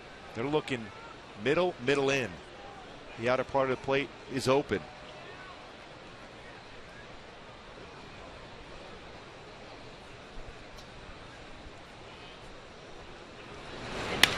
This one out towards shallow left field. Eric Ibar drifts out, makes the catch. Infield fly rule was called. But Bill Miller and Todd Kitchener, second and third respectively, with the call. 2 outs. And on that rule, if you're going back and they field a shortstop or any infielder on a pop-up with first and second, with less than 2 outs, can get underneath that pop-up, that will be called. But if it's a difficult play going back, then it will not be called. Big issue during the playoffs last year. Kind of we were just talking about last inning. 2 outs, 2 on. You got two very quick outs. The strike and the pop up and conversation. Yeah, you don't want to stop. You basically, as a pitcher, you're just looking in. You want to see that sign and then move. Yeah. This isn't not talking about the Angel. This is just baseball. Everyone's doing it. Same thing. The old saying, sometimes on the mound, the more you think, the more you're apt to make a mistake. Just trust the game plan.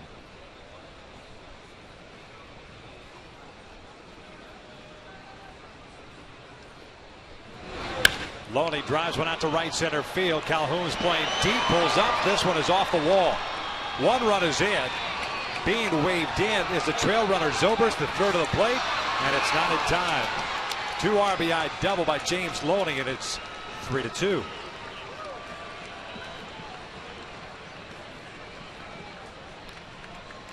When the Rays respond right back, but a 3-run double by Cowgill. A double here from James Loney.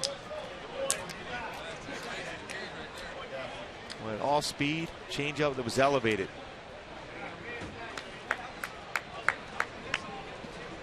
And he didn't miss that at all.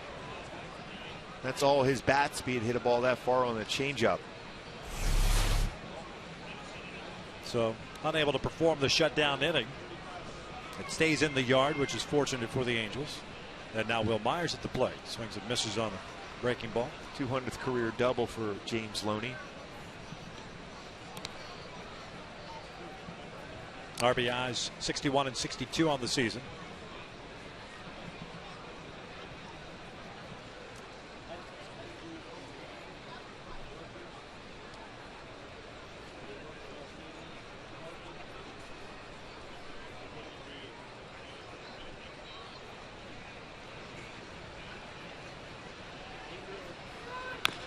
Bouncer off the body. 0-2.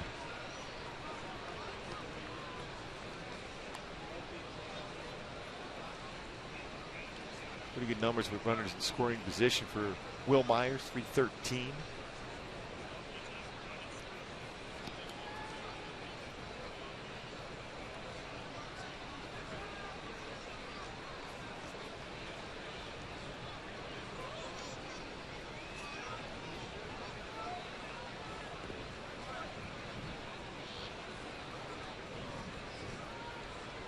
10 hits already combined in this one through 2 2/3. Rays with 4, Angels with 6.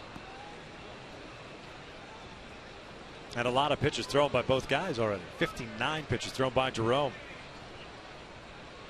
There with the back-to-back singles. Got 2 quick outs after that, and then first pitch, Saloni. Double. Sounded like he broke his bat. Bouncer to Green. And the side is retired. But the Rays strike for 2. We'll head to the bottom of the 3rd. The Angels maintain a 1-run lead.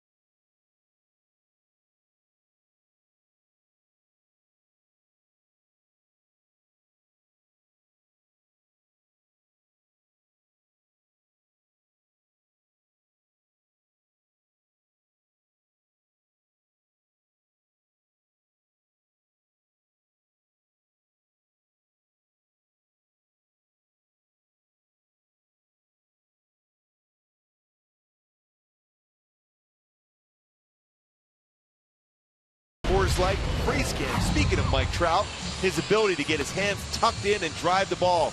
In Tampa against Hernandez, got his hands tucked in and then drives the ball out. Fastball away from Archer, gets his hands extended, coverage of both sides of the plate with authority for Mike Trout. Home run on the left side against Hernandez and a missile to right field by Mike Trout. That's plate coverage. Inside approach, and then the fastball away hit hard. That freeze cam is brought to you by Frost Brew Coors Light. Trout, Trumbo, Hamilton here in the 3rd. It's David Price. 0-1. I think when you look how as a pitcher, when you try to face Trout, I think, and I remember this even with George Brett all those years, if you can go slow or slower, that's your best approach against a hitter like Trout or George Brett. They have great play coverage. They can hit the ball to all fields. But if you slow down, a slow curveball or changeup, that might be your best chance of getting an awkward swing from Trout.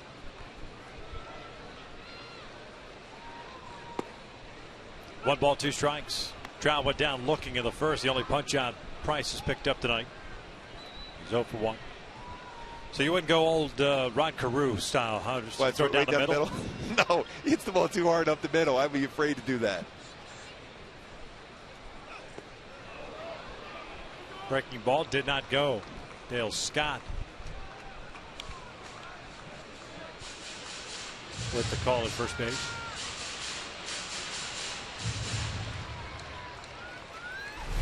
Pretty close. We'll see if Trout was able to hold off from that swing. You know, he did a great job of keeping his hands back. That's almost impossible to do, especially when you're going forward. Speaking of a guy that very difficult ever to get out, Rod Carew.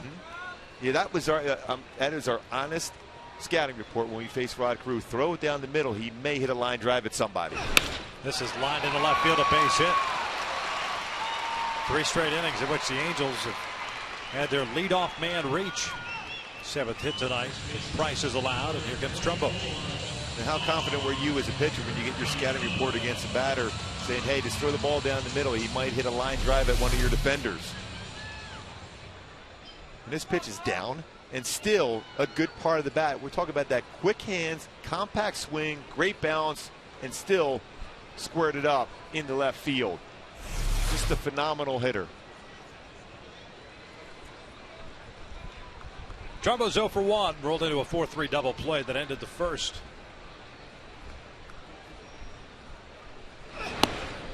Takes outside.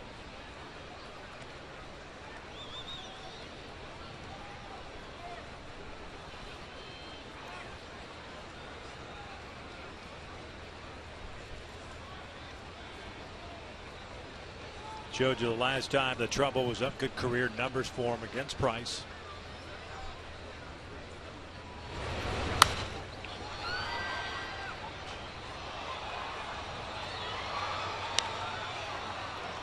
Price has allowed 10 stolen base in 17 attempts. He has 2 pickoffs. Got a pretty good move, plus he incorporates a slide step.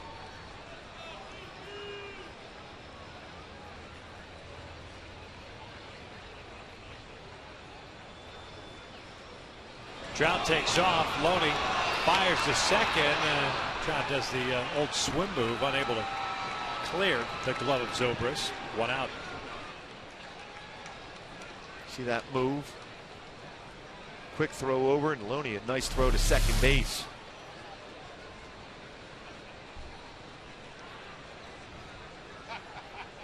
Trying to be able to get his hand around the tag from Zobrist.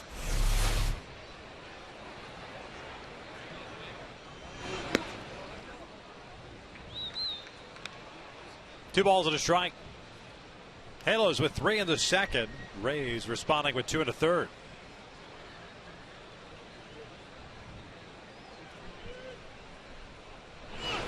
That is hit well out to left center field. Giving chase is De Jesus at the track, and that one is off the base of the wall. Trumbo on his way to second with a 1-out double. Well, the Angels are certainly getting their good hacks against David Price here tonight. 8 hits already in this game. Look at a high fastball, jumps on it. Good stride through the baseball. Just miss hitting his 30th home run. That 26th double. Just in front of the wall.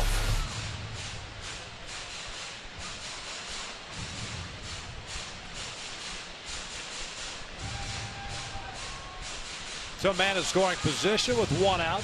Conversation with Molina and Price.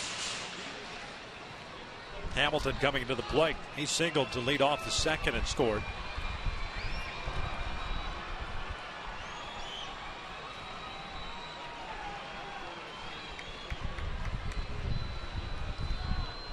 You see it all too often now, especially with Albert at home. Usually find him with Mike Trout in tow. Well, I had a long conversation with him just the other day, Pujols, and I thought it was a great thing he did, having that talk with Garrett Richards when he came out of the game. And the best thing he said to him is that, hey, you look up at the scoreboard, what's the score? And Richards said it, well, it's 5-1. He goes, well, you didn't have your best stuff yet. We're winning 5-1, and that's the most important thing, is we're winning 5-1. Yes, you walk 7 guys. But the reality is you're winning the game. You learn from that. But it's a team game. As long as your team wins and you help participate in that victory, you've done your job. You make your corrections as far as your mechanics next time out. But the bottom line is you look up and say, hey, I did my part and helped us win a game.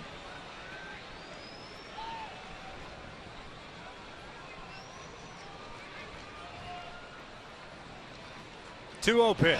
Hamilton lines one to center, a base hit. Trumbo is going to be waved in by Dino Ebel. The throw from De Jesus trickles home, and the Angels get one of those runs back. It is now 4-2 Halos. Boy, 2 for 2 Hamilton. Now 7 for 19 versus David Price. And this baseball is a rocket up the middle. It was hit so hard, there was going to be a play at the plate. De Jesus. Throw, tough hop, Trumbo able to score. 3rd hit of the inning already. 9th of the game for the Angels against Price. Yeah, season high for Price as far as hits allowed is 10. That has occurred 3 times. The last time against the Orioles 3 starts ago.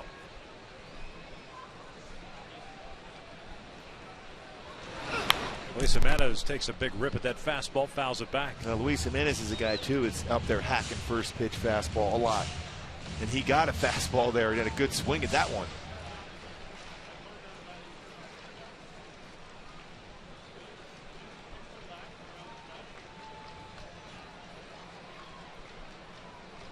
Luis is 1 for 1. He's singled in the second. 1-1. Good to see the Angels responding after the Rays put 2 on the board in the top of this 3rd inning. Next pitch will be the 60th thrown by Price.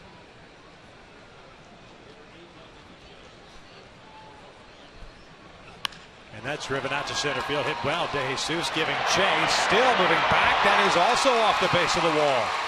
Hamilton is going to be stopped at 3rd. It's a double for Luis Jimenez, his 5th of the season, and the Angels continue to knock around David Price. Well, remember we said that even in the 1st inning, Price didn't look real comfortable on the mound. He certainly has not made the quality pitches that we're used to seeing. This ball is right down the heart of the plate and elevated. Boy, a fastball, 4-seam fastball that's up, and boy, he jumped all over it. Jim Hickey going to go out and talk to David Price right now. You know, some days on the mound you just don't have your best stuff and you have to fight your way through it. That's when you try to take a little bit more off your fastball or throw a few more change-ups. The Price hasn't been able to locate his change-up either tonight.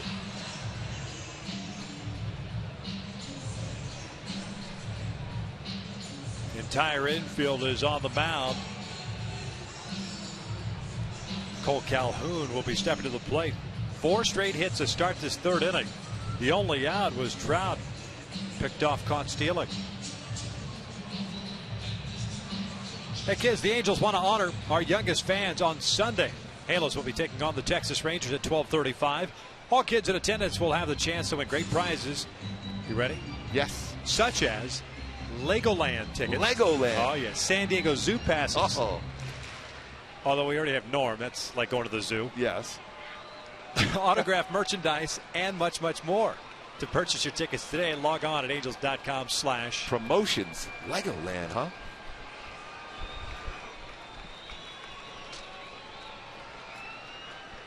Infield in for the Rays. Hamilton at 3rd. Jimenez at 2nd. Cole popped out to 3rd in the 2nd inning. Loops this one to right center. There's a base hit. Hamilton will score. Jimenez is going to be stopped right there. 5-2 Angels. Make that a 7-game hitting streak for Cole Calhoun. Mike Scioscia's shown a lot of faith in Calhoun to be able to have him face a tough lefty in David Price. 3 for 9 coming into the game now. 1 for 2, 4 for 11 on the season against left-handed pitching for Cole Calhoun. Went with the pitch. Quite a few mistakes made from David Price tonight. Evidence of that, 11 hits.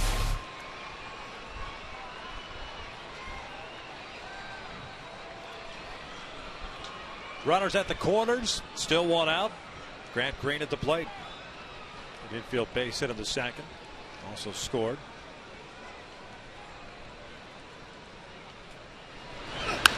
Green fouls it off to the right.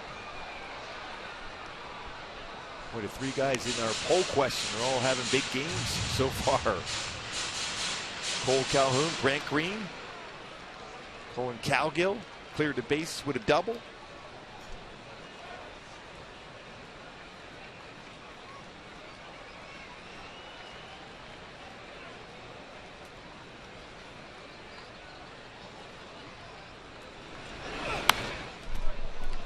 Good rip there on a 95-mile-per-hour fastball. Fouled straight back.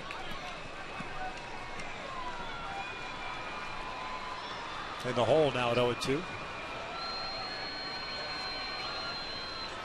David Price unable to put a shutdown inning after his club got him 2 runs to get back in the game.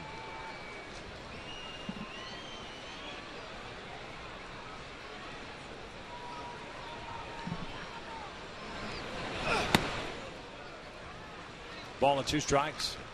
It's the second time in his career in which Price has allowed 11 hits in a game. The most he's allowed is 12. That was against the Angels, April 29, 2011. Gave up 5 runs in that game in 4 1/3.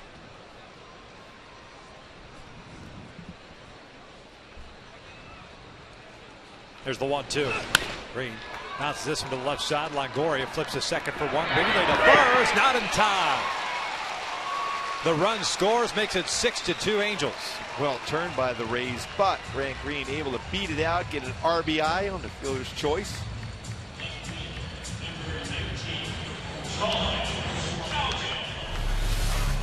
Well turned by Longoria, quickly over to Zobrist.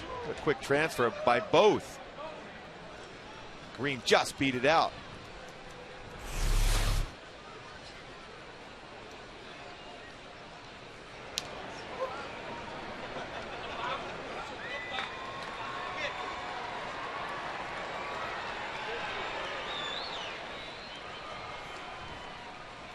There's Colin Cowgill. The bases clearing a double last time up. Green back easily. Double for Colin, his second as an Angel. Now with 6 runs batted in. Halos with 3 in the second, 3 so far here in the third. Next pitch for David Price will be the 66th of the night. We're just in the bottom of the third inning. This game started about 25 minutes later than normal because of the induction ceremony of Bobby Knopp, the Angels Hall of Fame.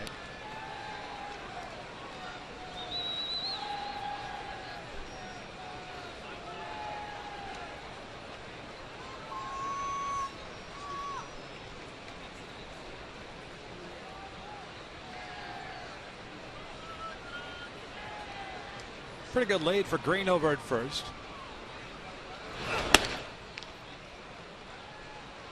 I'm surprised no action at all down the Rays bullpen yet. They've gotten some rest over the last couple of games. Matched up quite a bit last night with Hellickson lasting 5 1/3. Torres, McGee, Peralta, and Rodney closing it out. And the night before was Roberto Hernandez and his 3 2/3.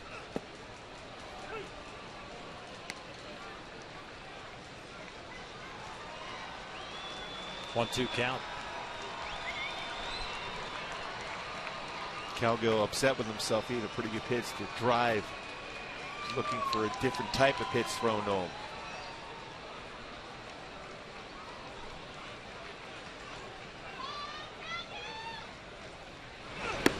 Called strike 3. Got him looking on the inside corner. And a third is in the books. The Angels pick up 3 more runs. We'll head to the 4th. They lead at 6-2.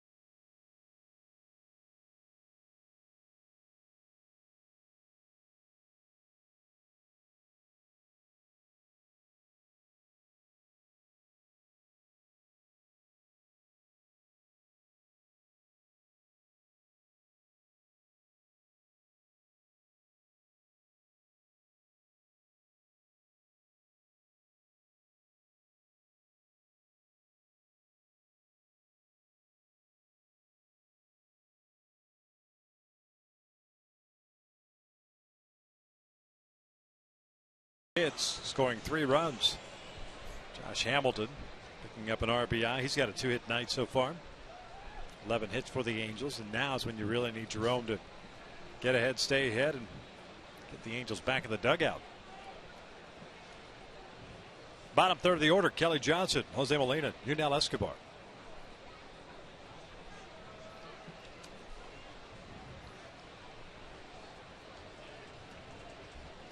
Johnson drew a walk. His first plate appearance in the second. Looks at a strike. Tampa Bay with 2 runs, 4 hits. They've stranded 4. The Angels 6 runs, 11 hits. Have left 3 on. Well, you mentioned that shutdown inning needed for Jerome. When you think about it, Joe Maddon has a club that's to fly back up to Seattle after the game and deal with Iwakuma. So he might be in a situation where he starts to rest a couple of guys the way the offense is swinging. 2 balls, 2 strikes.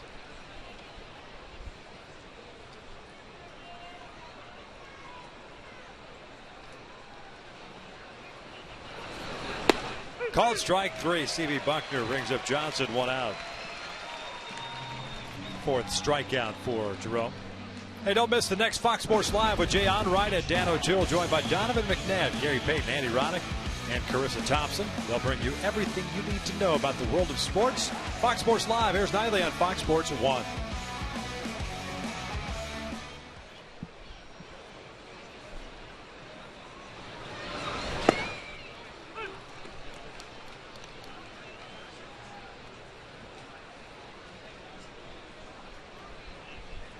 Molina had a base at the left field on a 2-strike count in the second. 1 for 1 tonight.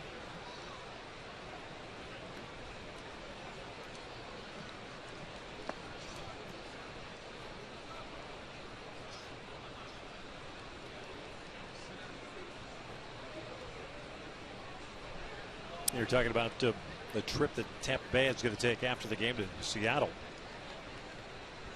Molina swinging a miss, 1 and 2. Angels have 3 more here at home against Texas. Then it's the little 4-city 10-game odyssey makeup game Monday in Minnesota against the Twins. Then off to Toronto Tuesday, Wednesday, Thursday. Then down to Houston. Friday night game, by the way, in Toronto. Yeah, that's good. Yeah. It's a short flight from Toronto to Houston. Oh, but we pick up an hour. Fouled back, 2 balls, 2 strikes. Yet we give that away at Custom Zone. You're absolutely right. Friday, Saturday, Sunday against the Astros. Then it's up to Northern California. A week from Monday against the Oakland A's, a 3-game series there. Then back home for 1 more homestand. And then a 4-day road trip to end the season in Texas. Swing and a miss. Back-to-back strikeouts for Jerome, 2 outs. And now Jerome, keep that focus and finish off this inning right now. The big quick punch outs for Jerome. Good breaking ball. Molina well out in front, unable to make contact. 5th strikeout for Jerome tonight.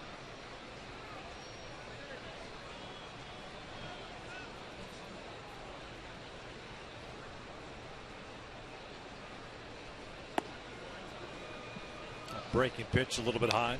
Escobar, strikeout victim in the second.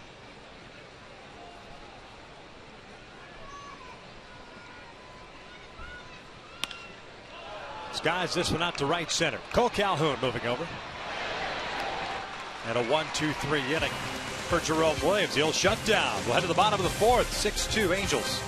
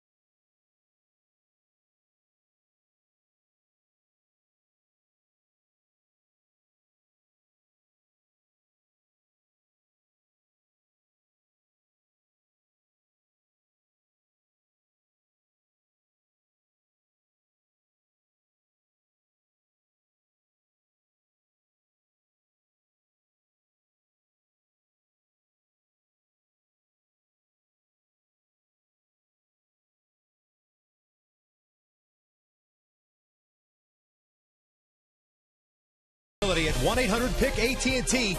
Rethink possible. By CarMax. Start the search for your next car at CarMax. CarMax, start here. And by Toyota's nationwide clearance event. Now you could save big on every Toyota car, truck, and SUV. Halos on top 6-2. David Price tonight has allowed 11 hits and 69 pitches thrown, encompassing 3 innings. The Angels at the top of the order coming up now, and Ibar, Iannetta, and Trout. Back out on the mound. Joe Maddon with trust in his ace that he'll find it. Trying to get some length in this game.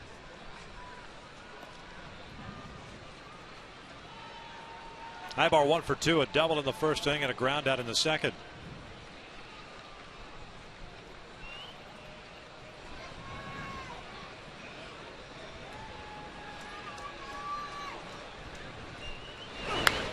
Foul back.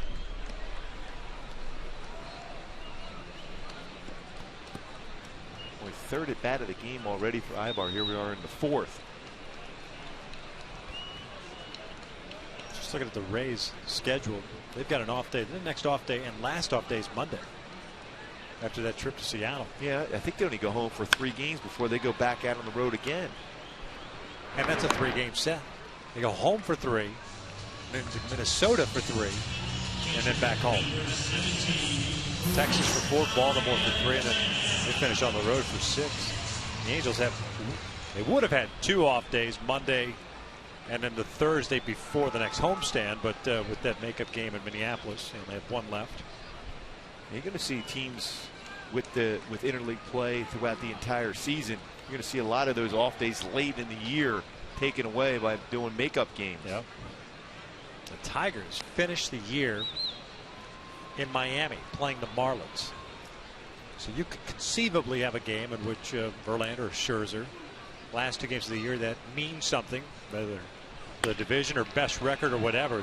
Escobar to his left has it. And the bottom line is you don't have Victor Martinez going to be available for you. He's been DH in the entire season. He's put up some great numbers. He's probably, outside of Cabrera, been their hottest hitter in the second half. They've used him, I think, sparingly a couple of times. I want to say first base.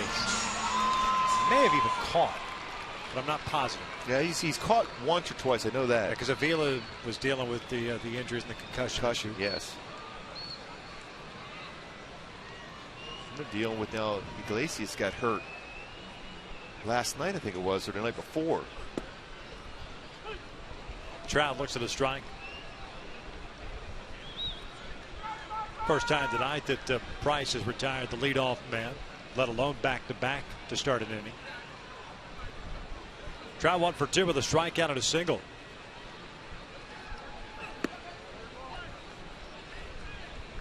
I was looking at the Rangers schedule. That's not a cakewalk over the next 3 weeks. Well, you know, Mike Scioscia's club would just love to be able to put a lot of pressure on the Rangers and knock them out. 2 balls and a strike.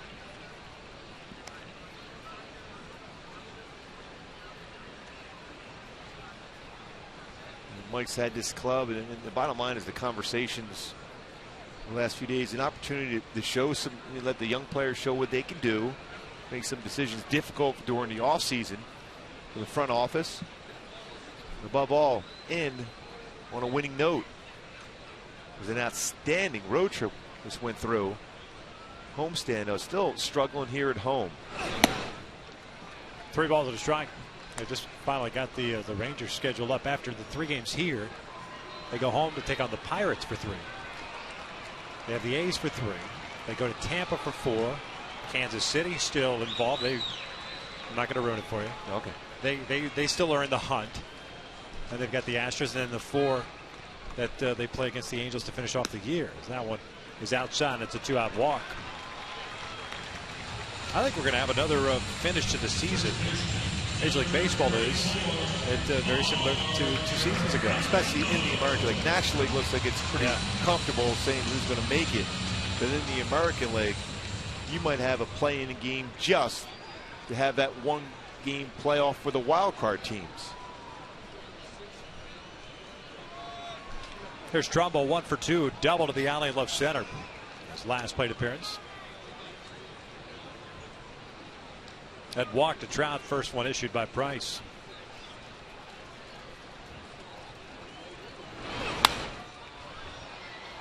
No balls and a strike. Another high changeup from Price.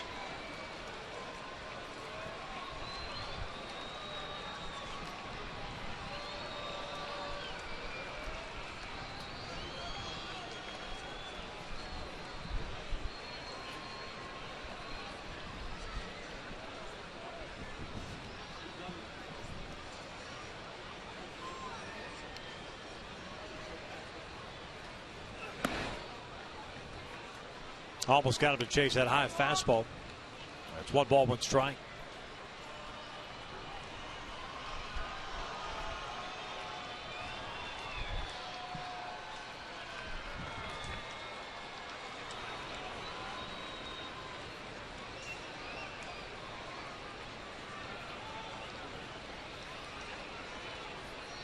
One. That's in there, 1-2. Right-hander Brandon Gomes beginning to loosen now for the Rays in the bullpen.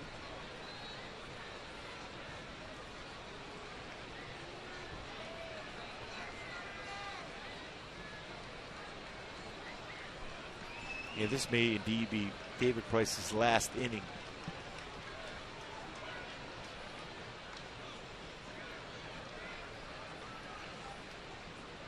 Hamilton on deck. 1-2. And Jumbo goes down swinging. And we've played 4. Halos on top 6-2.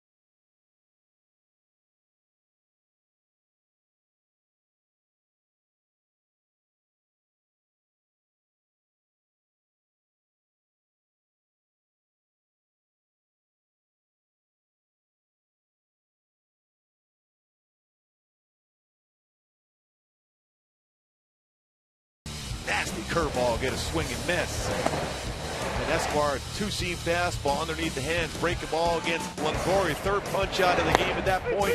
Pings the outside corner against Kelly Johnson, and a good curveball against Jose Molina. Part of 5 strikeouts for Jerome Williams through 4. 73 pitches for Jerome through 4. A 1-2-3 4th inning. One and only. Facing 1, 2, and 3. DeJesus, Zobrist, and Longoria. Center fielder looks at a breaking pitch for a strike. David hit a fly ball to left field in the 1st inning, singled and scored in the 3rd.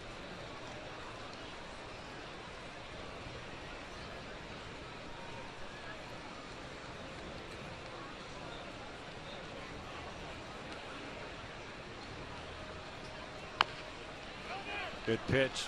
Trumbo over. Leads Jerome. 1 out. We've got DeJesus reaching out in front of that slow breaking ball. Rolls over. Weak ground ball to Mark Trumbo with the 1st out of the inning. Goal as a pitcher, always get the hitter out in front. If you can do so, whether it's off speed or get him to look off speed and then run the fastball in on the hands.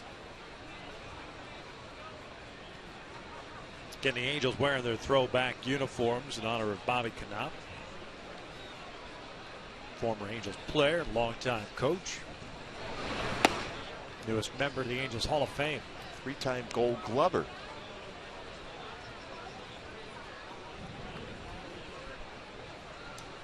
Zobrist with a walk and a single.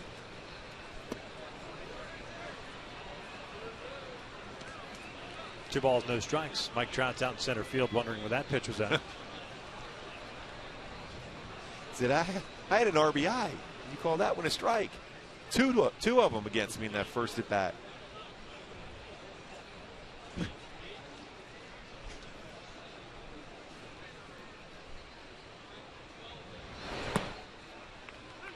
Two and one. So that was more like it.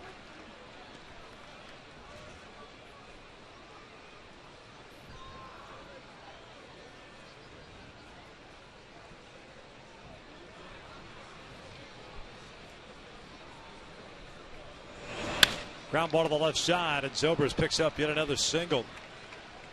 Second of the game.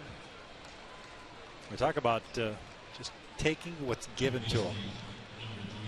And folks, Fiesta Angels presented by State Farm and Pepsi returns to the Big A parking lot on Saturday.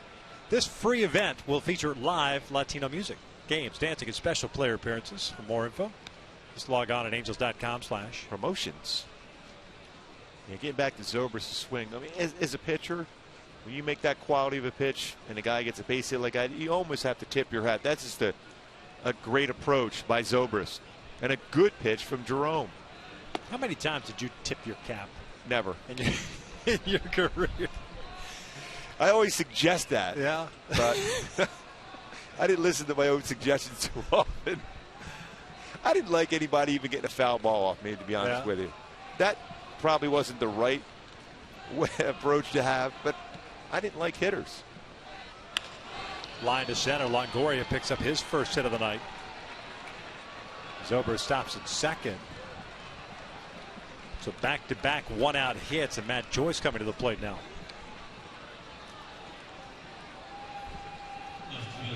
And whereas you go back to the last inning, changeup, breaking ball were very good. Now it seems like those type of pitches, guys are kind of letting the ball travel a little bit more. And just adjustments you make, especially when hitters have some pretty good swings at what you think are quality pitches. That means you better start taking something off your fastball, a little bit slower on your changeup, mix in some more fastballs in off the plate to open up the outer part against you. Matt Joyce getting to start tonight at left field is 0 for 2. Fly ball to center, and he's popped to short. Now, the off-speed pitch has been prevalent and good against Joyce.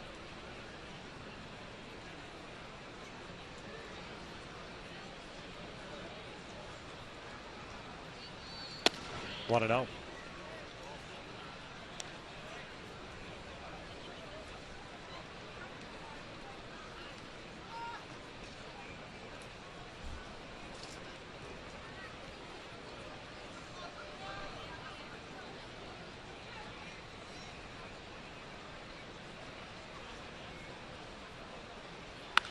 Popped him up again. Off speed pitch.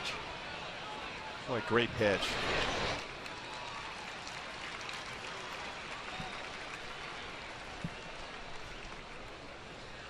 Good job by Jerome being in position 2 at third base just in case something happened there.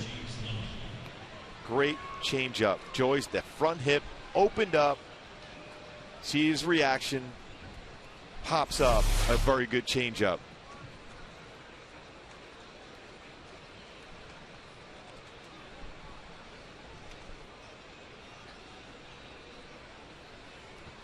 Two outs, 2 on. James Loney at the plate. Now Jerome struck out Loney leading off the second. But in the third inning with 2 outs, left an elevated changeup.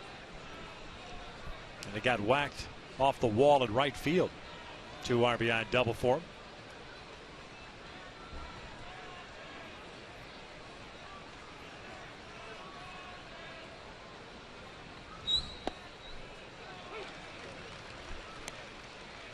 Oh, what count?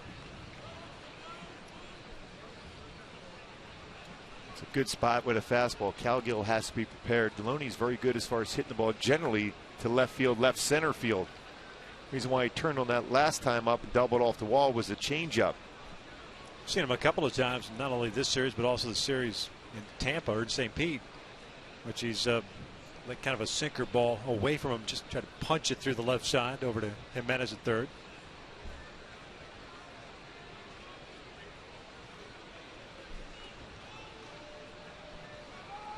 Zobrist, the base runner at second. Longoria at first. Check swing, roller toward third. Jimenez fields it, touches the bag. How about that?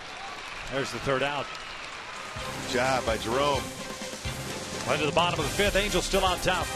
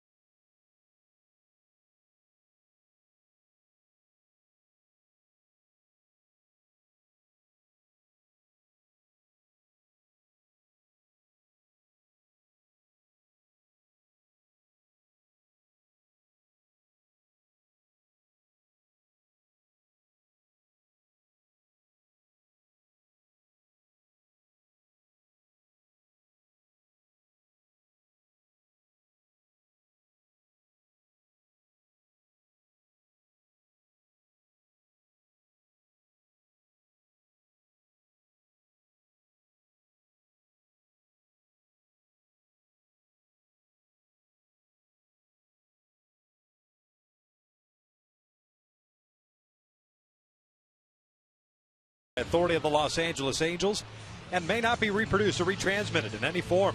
And the accounts and descriptions of this game may not be disseminated without the express written consent of Angels Baseball, LP.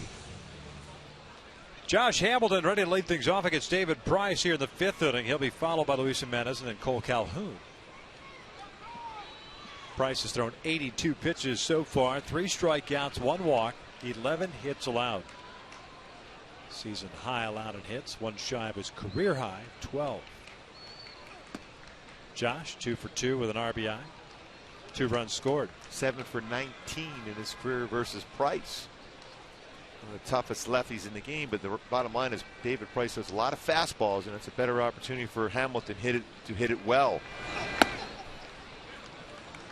Even just reading it out of the hand, he looks more confident. Then you face someone like Torres, you know you're going to see off-speed pitch against Hamilton. Yeah, he's opening up, kind of bailing out, leaving that outer part of the plate wide open. 2-0. There's a strike, 2-1.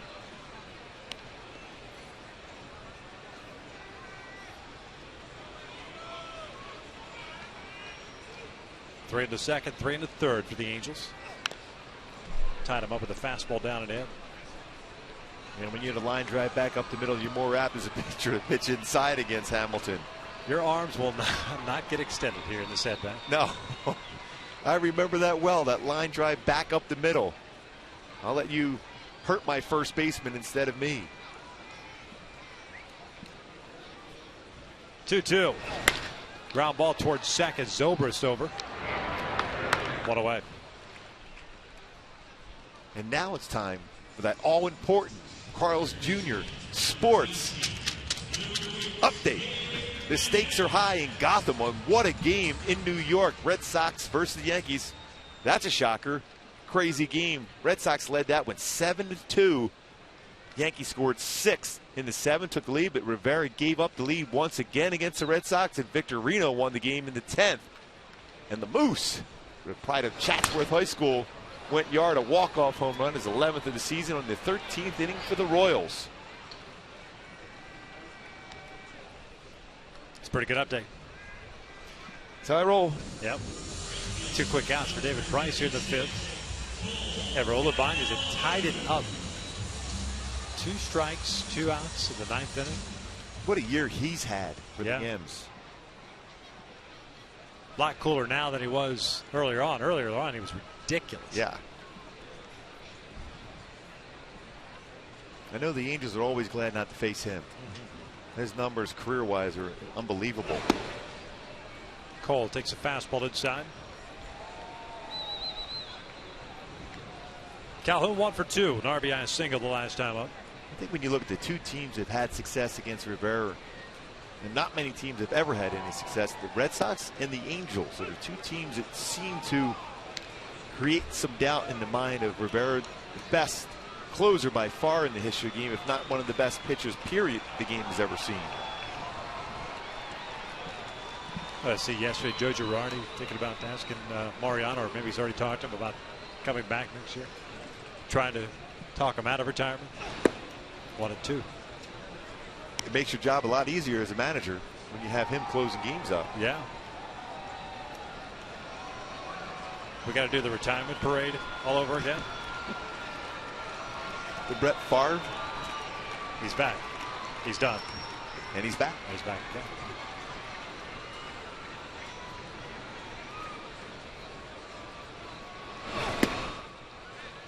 Did he go? He did. Third base umpire Todd Titchener rings it up. A 1-2-3 inning for David Price. That's his first of the night. We've played 5, and it's 6-2 Angels.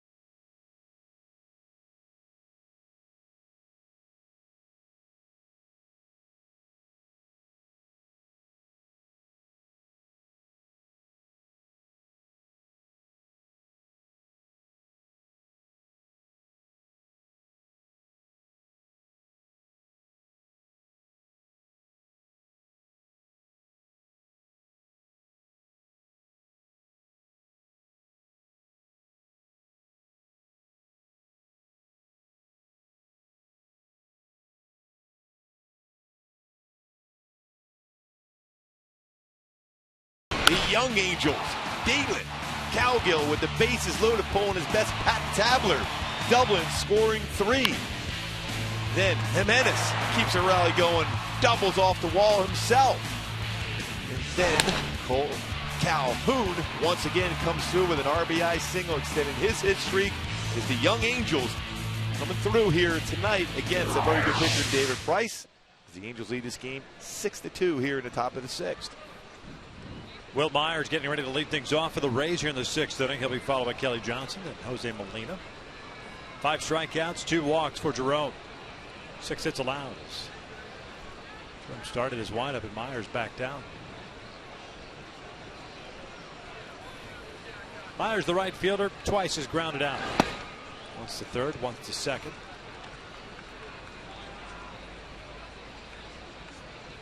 Joe Madden calls him Ricky Robbie.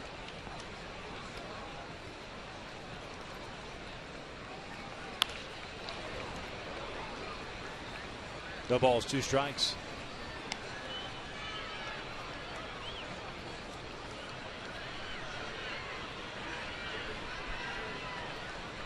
Who's he shaking and baking with, though? Not now.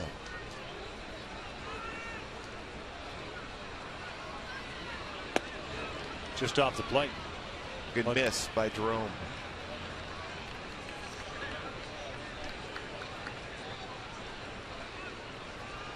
Joe Madden certainly has fun with his team.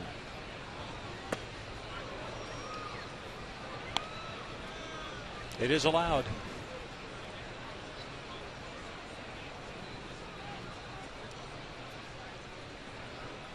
I think you go out and get players that suit that personality. That's what Andrew Friedman has done with the Rays.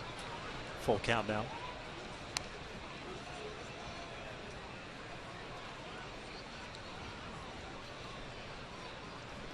Kelly Johnson on deck.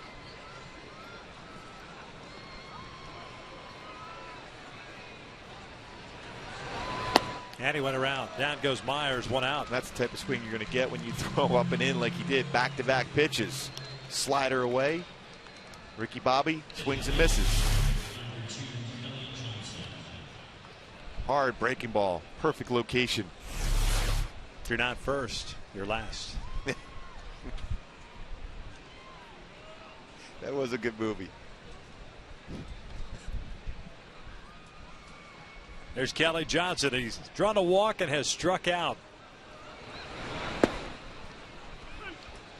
But Jerome's had a good feel for his changeup and curveball tonight, especially when he could throw that for a first pitch strike.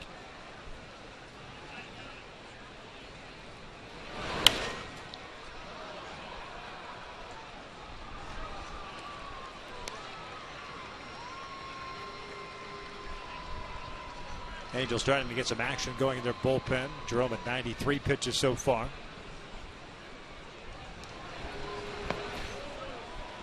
Ball at 2 strikes. Double barrel action in that bullpen. Corey Rasmus the righty, Buddy Boshear's the lefty.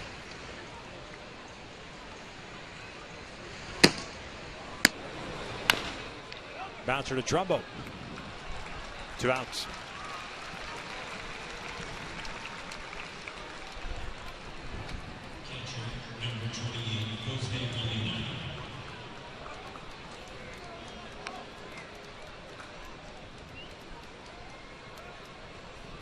Jose Molina will come to the plate now.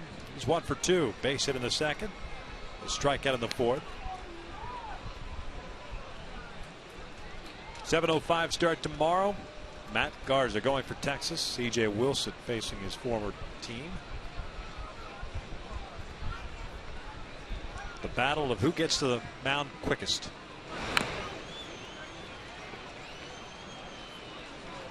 But C.J. and Matt Garza very deliberate. Yeah, they take their time in between innings.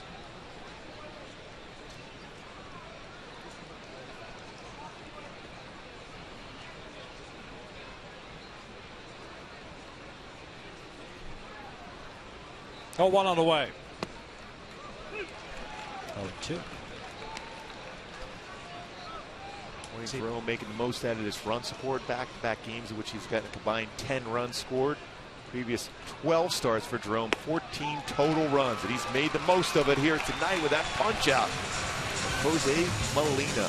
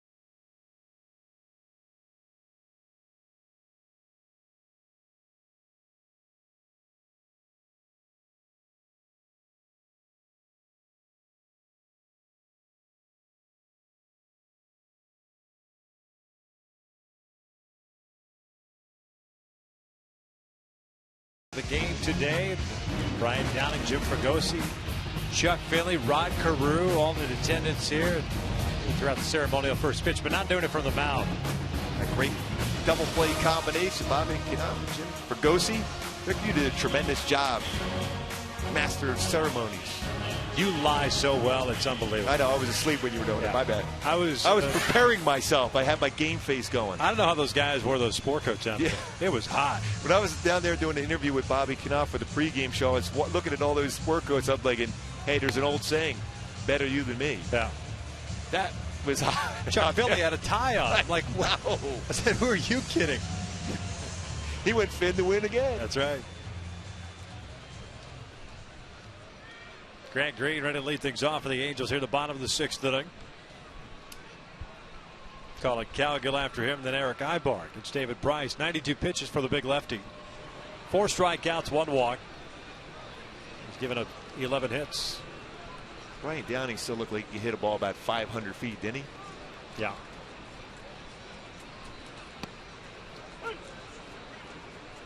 I mean, he built like a brick house. Yes. There's no doubt. Remember that collision with him and Fred Lynn in the wall? I'm still surprised that wall stayed up. That's why Lynn still walks funny. That's a runaway train coming right at you. Thinking, oh, please no.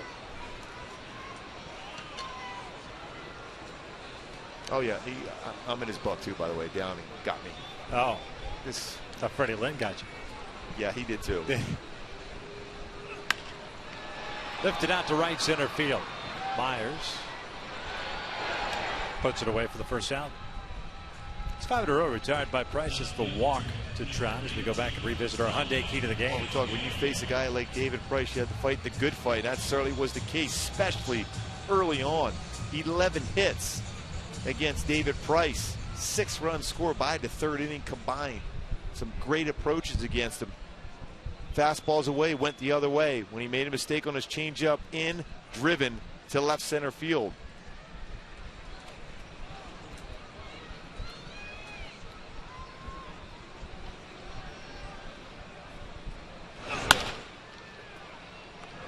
Cowgill hits it sharply, but right to Zobrist, 2 down.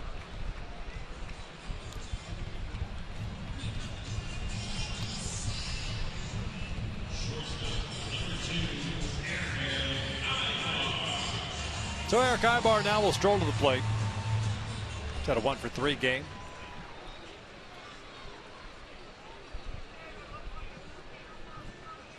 It's like Boshier still playing catch in the pen. You wonder if Mike Scioscia lets Jerome come back out, start the 7th, or call it a night. 0-1. And maybe has Jerome face Escobar, and then Scioscia goes to the bullpen with Jesus, and Buddy Boshier's a lefty combination. Zobrist would be the 3rd batter, and he's a better hitter from the left side, so you spin him around.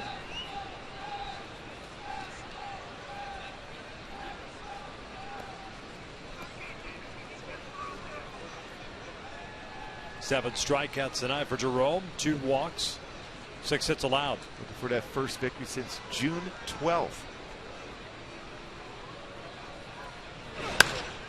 Ibar skies one to center. Price with back-to-back 1, 2, 3 innings. David Price going over to talk things over with C.B. Buckner. We played 6. The Angels maintained a 6-2 lead.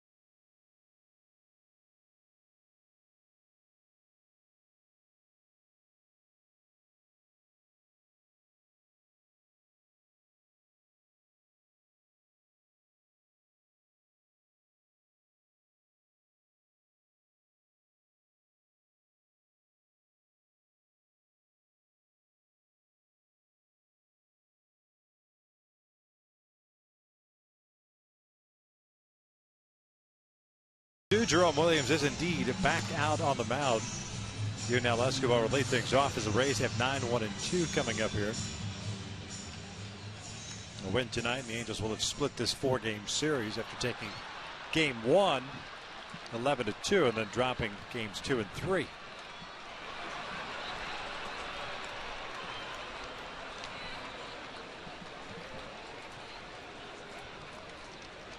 Yunel Escobar tonight is 0 for 2. He struck out in the second, hit a fly ball to right in the fourth.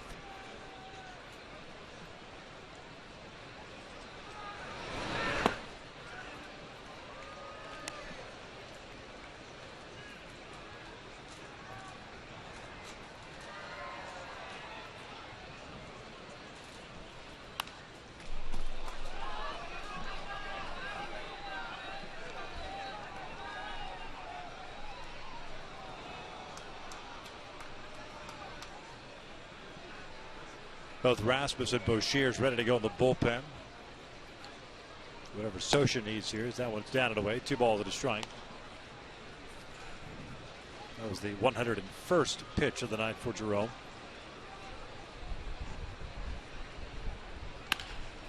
This one hit, a diving knockdown stop by Grant Green. Fires the first and out at first.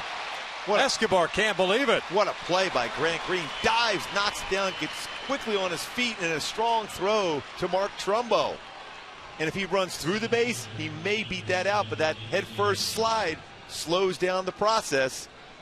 First out of the inning, Mike Sosha will go to the bullpen. What a play. Grant Green dives, knocks it down, gets up quickly. Bobby Knopp will be proud of that play.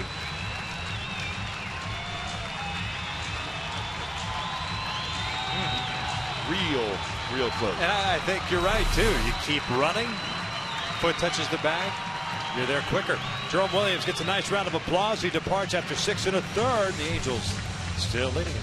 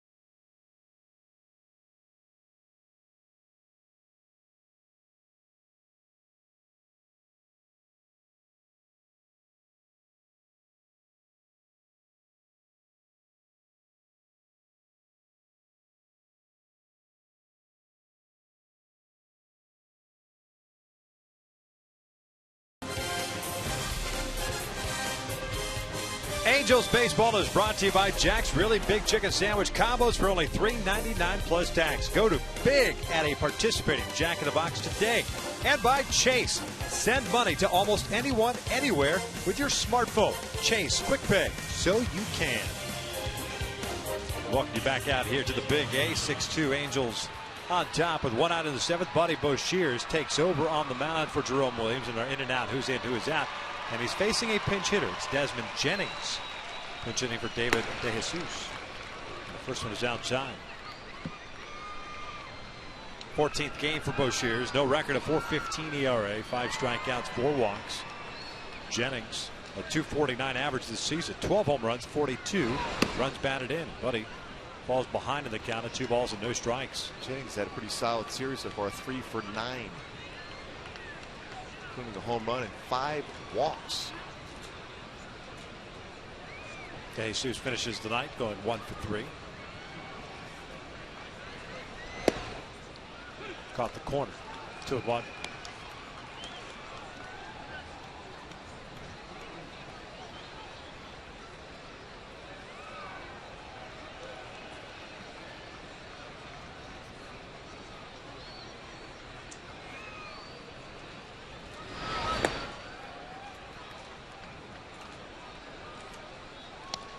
Three balls and one strike on Jennings with Ben Zobrist on deck.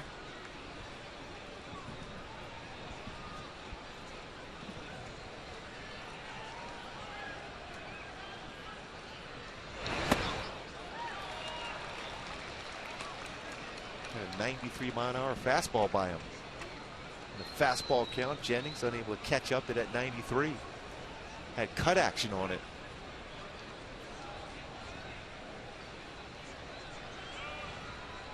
Here's the payoff, and he walked it. Not close to the zone. Now you've got to deal with the speed of Jennings over at first base. You know the Rays are down by 4. And then Zobrist coming to the plate. Second baseman tonight. He's picked up a couple of singles. Been on board 3 times with a walk and 2 knocks. He's also scored a run.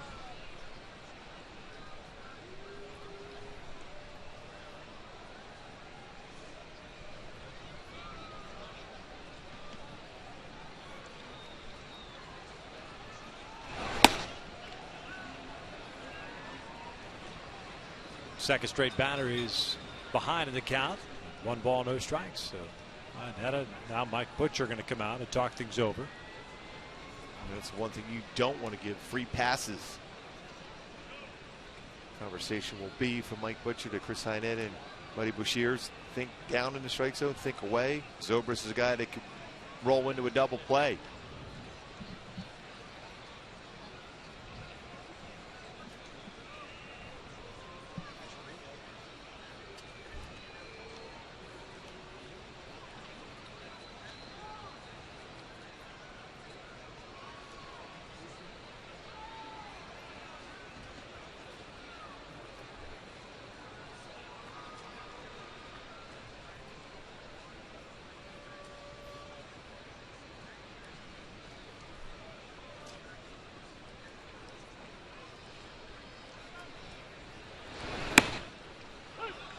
Count even up at a ball and a strike.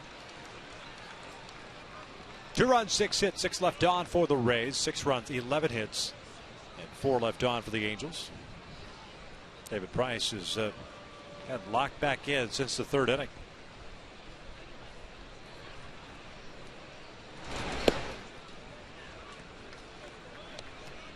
Like a pretty good pitch. 2 balls and a strike.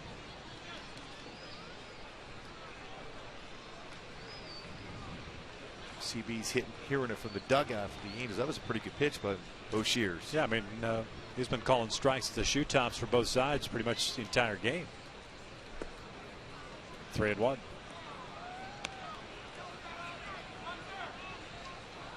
But he's got to throw more strikes if he's going to be working out of the pen in the big leagues.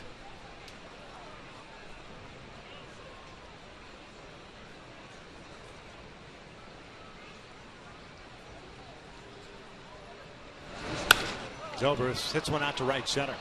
Calhoun and Trout. I think Trout calls off Calhoun. 2 down.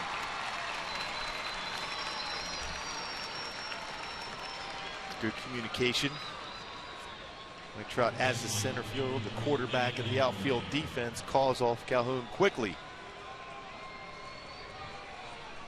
Kind of shading Zobrist that way because that ball was caught almost out of right field.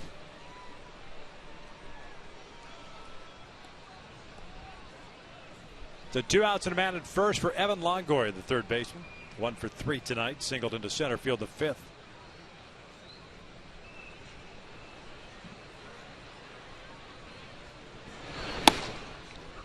Oh, 1.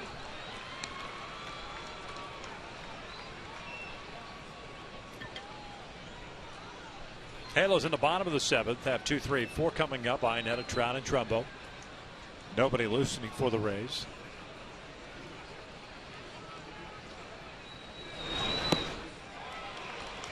Good breaking ball. Bouchiers has a pretty good slider. And his delivery is funky enough, lefty or righty, that be difficult to pick up the baseball. That's why it's so important for him to have that first pitch strike. It opens up the strike zone for him. Breaking ball got him looking.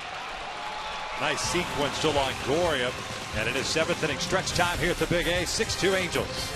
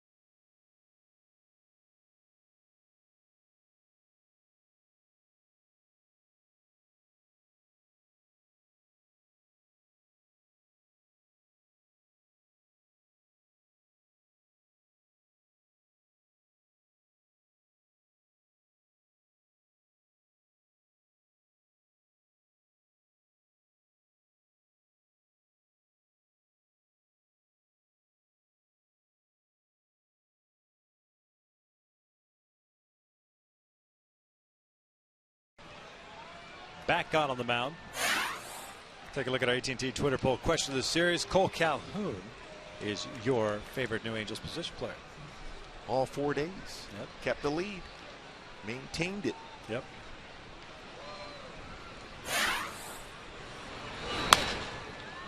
And then a swinging first pitch pops it up into foul territory. Loney makes the grab. 1 out. Desmond Jennings, who pinch hit for David DeJesus, patrolling center field now.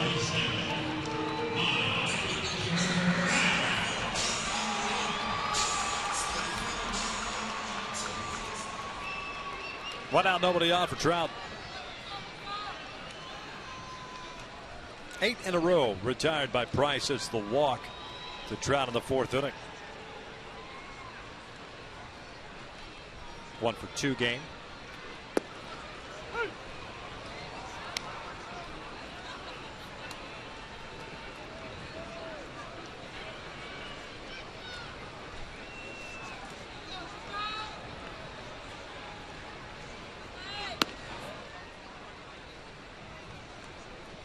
Four strikeouts, 1 walk, and 11 hits allowed by the big lefty. Wesley Wright, another lefty. Not quite as tall as David Price, is getting ready in the bullpen. 2-1.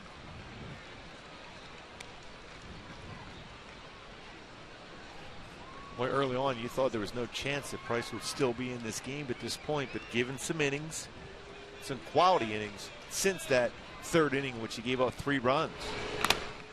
Oh, it's fouled off the mask of Molina and ricochets into the seats. That was a pretty good hack at a slider.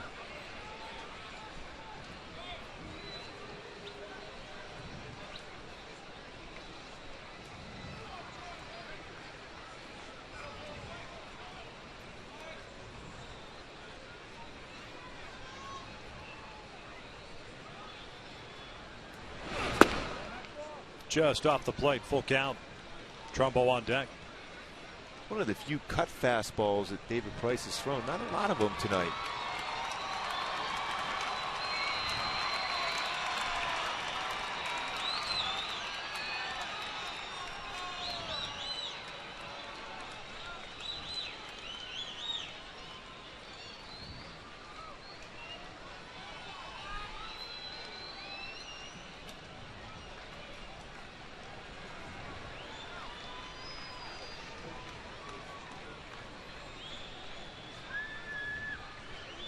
Now the payoff.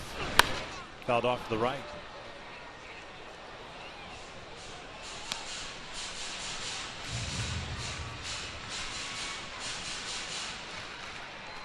Reset and do it all over again.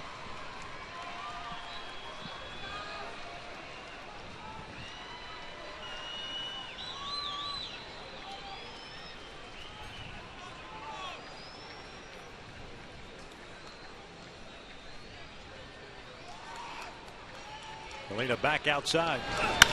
Trout laces it foul into the seats. It's amazing plate coverage. That's a pretty good pitch for Price.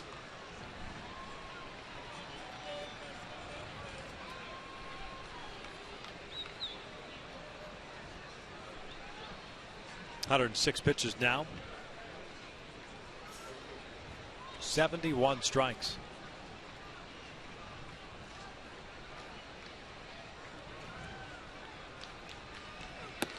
Called strike 3. Got him looking on the inside corner. 2 down.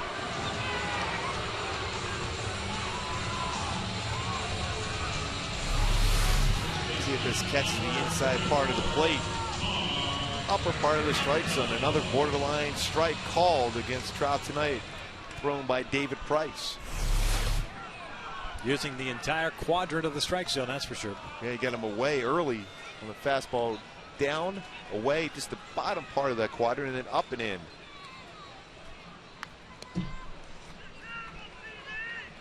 Trumbull fouls off the first one.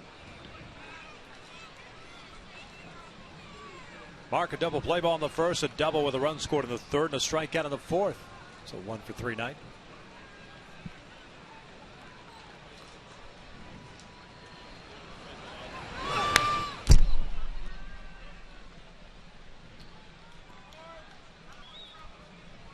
No balls, 2 strikes. The Rays in the 8th inning will have Joyce, Loney, and Myers, barring a pinch hitter.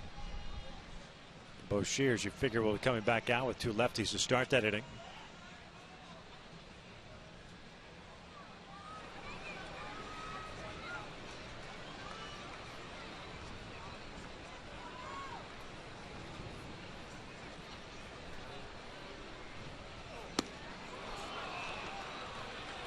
In a 1-2-3 inning for Bryce. 7 complete, 6-2 Angels.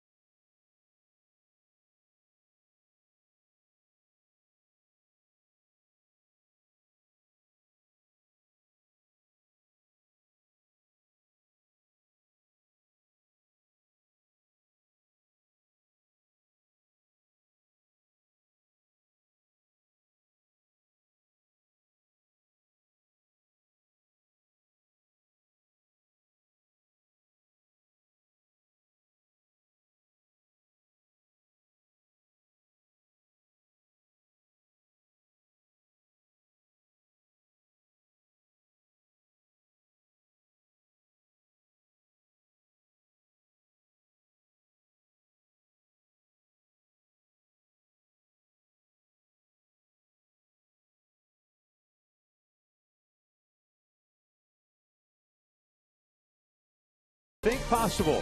And by El Pollo Loco. Crazy you can taste. We welcome you back out to the Big A as we show you our Captain Morgan game reset. The Angels up 6-2. Colin Cowgill had a bases loaded double that gave the Angels a 3-0 lead in the second inning. James Loney had a 2-run double in the fourth inning. And Jerome Williams was stellar through 6 and a third in line to pick up the win. 7 Ks for Jerome, tied a season high. Great effort for his first win since June 12th when he beat the Orioles at Camden Yards. Michael Kahn takes over on the mound now for Buddy Boshier. So Mike Scioscia going with a right-hander. 2 lefties to start off this inning.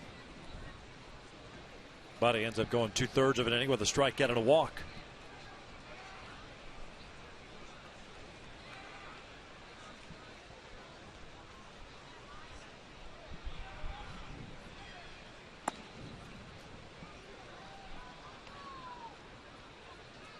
Joyce tonight 0 for 3. 3 fly ball outs, 1 to center, 2 popped up on the left side of the infield. 2-0.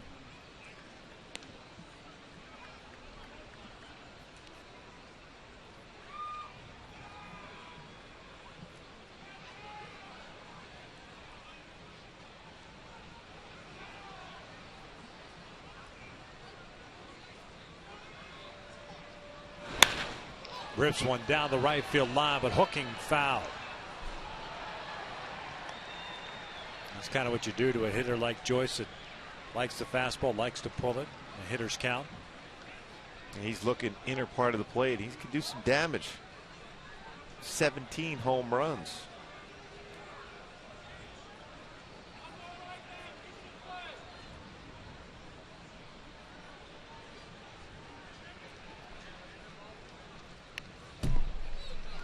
Two balls, 2 strikes. Let's see if Michael can try to paint a fastball away now.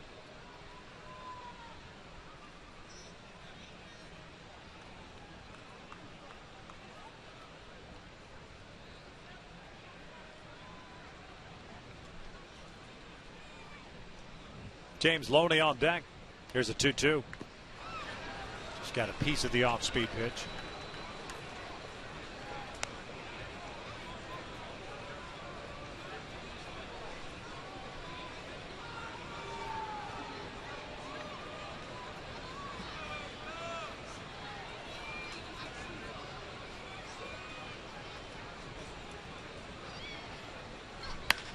Out to left center field.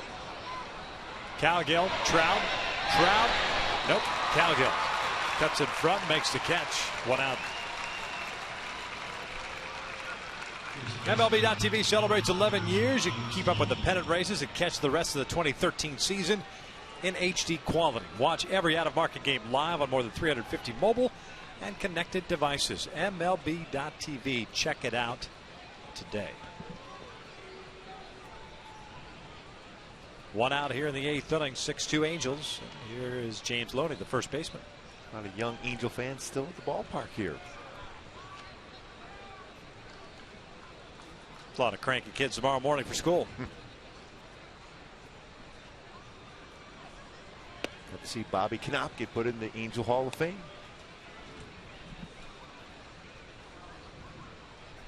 And watch the offense score 6 runs with 11 hits against David Price, who won the Cy Young last season.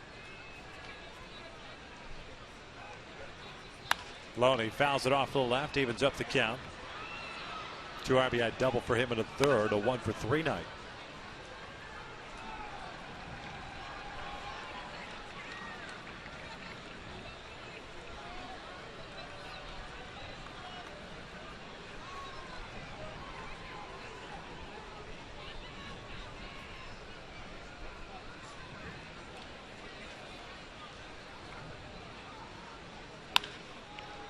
Lifted in the air down the line. Calhoun and Green. Oh, Calhoun calls everybody off. 2 outs. There's some height on some fly balls in this inning so far. Yeah. Rainmakers. With the heat we've had lately, that wouldn't be a bad thing to be able to have some rain.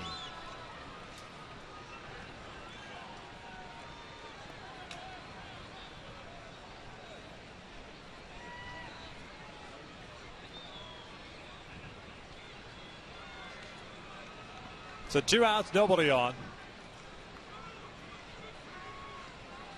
There's Will Myers. Right fielder. Looks at a strike. 0 for 3 tonight with a couple of ground outs and a strikeout. Jerome Williams, by the way, tonight started. Allowed 2 runs and 6 1/3. 6 hits, 7 strikeouts, 2 walks. Boshiers went 2/3 of an inning as Myers It's a moon ball into the seats along the left field line. That had some height.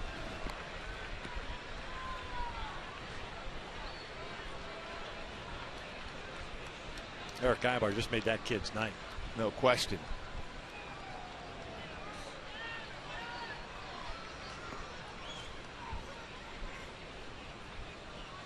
And now Ibar giving Jimenez grief for not running down the line. Yeah, he's that going to go a ball. long way. He's a veteran. Yeah.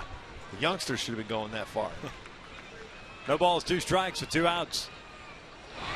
And he strikes him out with a high fastball, and Michael Kahn has himself a 1-2-3-8. We'll head to the bottom of the inning with Hamilton, Jimenez, and Calhoun coming up. Still up 6-2.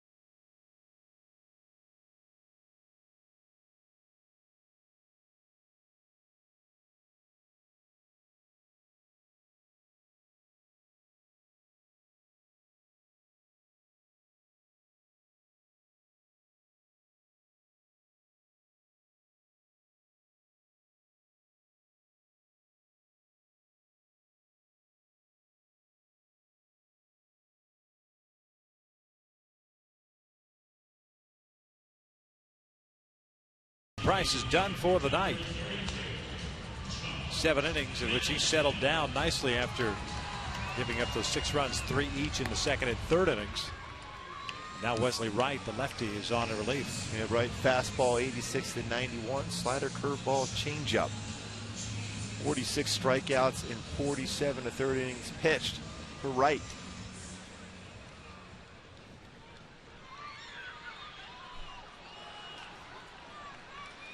Picked up from the Houston Astros. It's left-hand hitting Josh Hamilton to start off this 8th inning. Josh 2 for 3 tonight with a couple of singles and an RBI. First one is in there. Price, by the way, 7 innings, 6 hits, 11 hits, 6 strikeouts, 1 walk, 6 runs, all earned. Season high hits allowed for David Price tonight.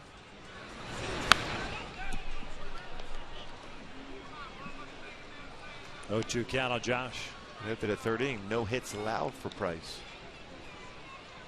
Yeah, the only base runner, the walk, 2-out walk to Mike Trout in the 4th.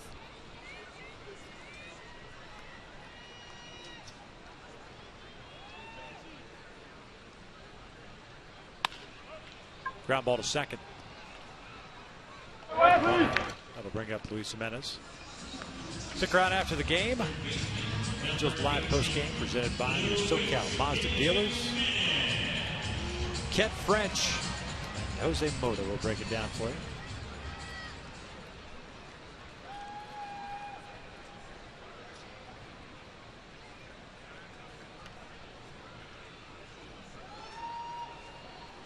Luis Jimenez tonight, multi-hit game, single and a double, also popped out.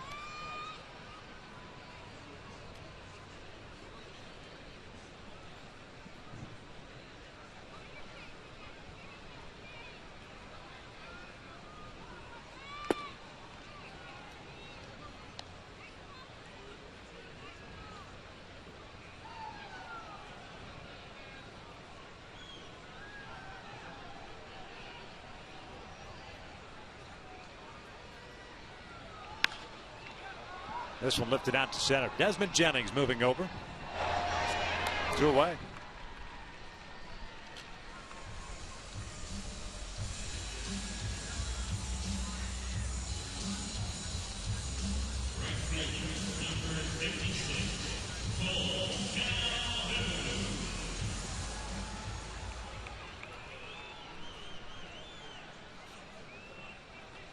Cole Calhoun tonight. He's gone 1 for 3. Picked up his 18th run batted in. That was with the base hit in the 3rd inning. Now with a 7-game hitting streak. Grounds this one foul.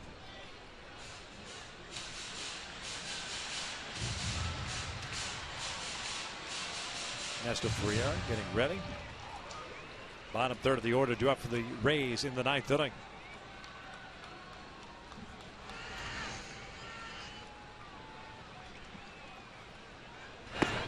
One ball, one strike.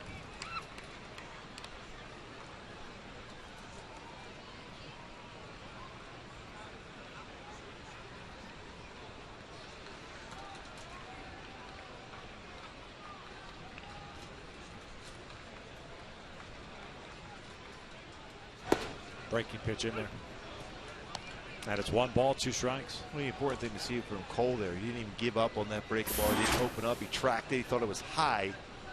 Still seeing a breaking ball well from a left-handed pitcher, especially a guy out of the bullpen. It's big for Cole Calhoun.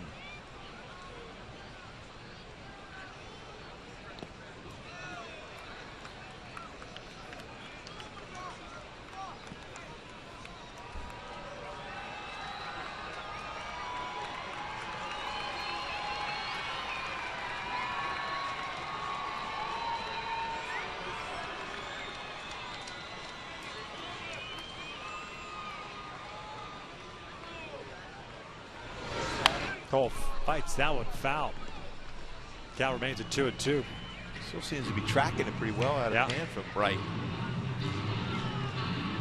Houston, by the way, they're giving a 4-game set in Oakland tonight. Defeated the A's 3-2. So Texas now with a half-game lead in the West. No dreaded letdown. The trap game. The Astros win that one 3-2. 2-2. Got him looking. We'll head to the 9th. The Angels with a 6-2 lead.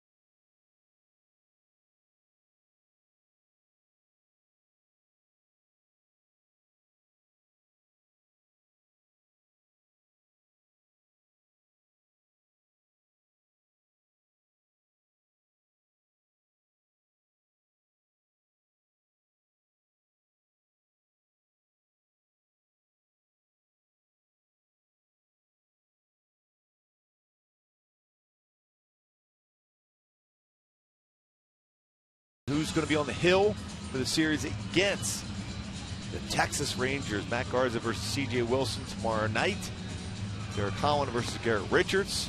The old TBA versus Jason Vargas. All 3 games on Fox Sports West. All start with the Angels Live pregame show. Remember, Saturday's a 6 o'clock game and a 12:30 game on Sunday. Big Bang Friday here tomorrow night. Yeah. Looking forward to it. Yes, indeed. I'm worried about that TBA guy, though. On Sunday. You know, he's got pretty good sinking fastball. You got the scouting report on him? Yes. Ernesto Frieri on a relief here in the ninth inning. Non-safe situation, just getting some work in. The Rays have the bottom third of their order due up here. Johnson, Molina, and Escobar. Michael Kahn, by the way, one complete inning, one strikeout. 1-2-3 frame for him. Ernesto with 84 strikeouts in 57 2/3 innings pitched.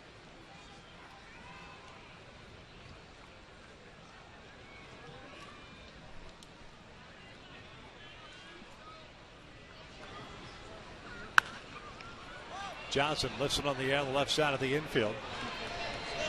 Luis Jimenez under it. One out.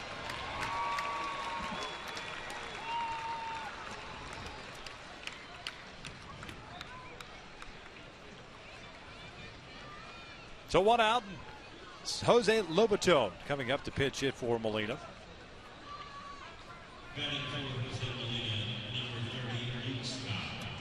Oh, check that. Luke Scott. No longer sporting the Wolverine look. Clean shaven.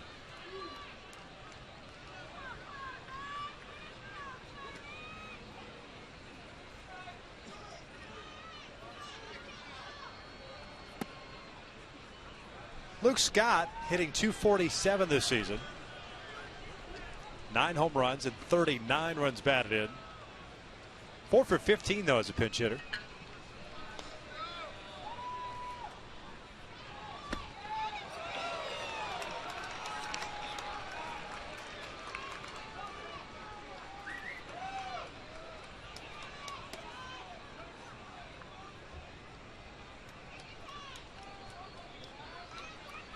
One ball, one strike.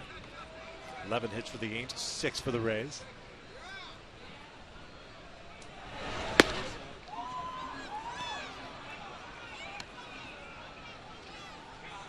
A little cut action to that fastball, doesn't it? Yeah, when he gets around sometimes with his fastball a little quick, the wrist creates a cut fastball type action for Ernesto.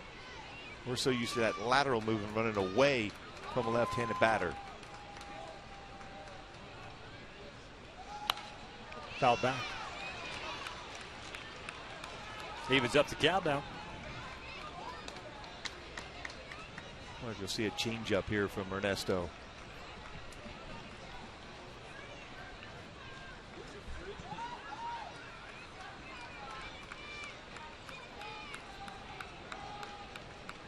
Yunel Escobar on deck.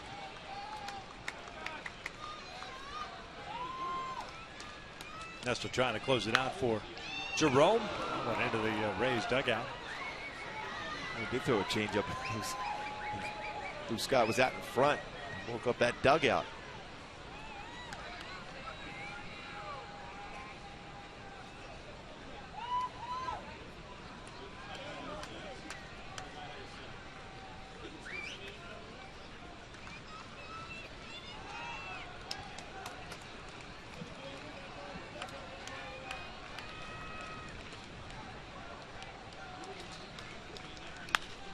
This one's popped up. Chris Iannetta gets rid of the mask. 2 down. That had some height also. A lot of high fly balls and pop-ups. Good changeup for Ernesto. So Yunel Escobar will come to the plate now. 2 outs, bases clear. The shortstop 0 for 3 with a strikeout, a fly to right, and a ground out. Jerome would be picking up his 6th win of the season. His first since June the 12th. David Price would take the loss. 8-7.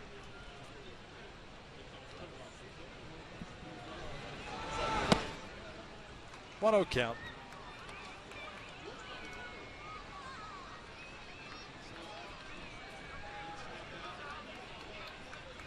First home win for Jerome since May 21st. And he beat Seattle.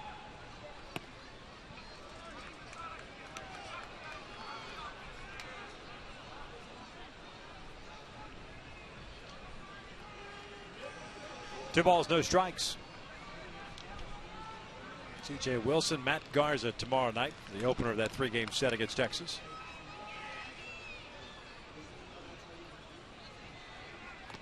Check swing foul, 2-1. Texas had the off day here. They're playing a day game. That's a long time. Day game in Oakland. Fly down here. Nothing flight.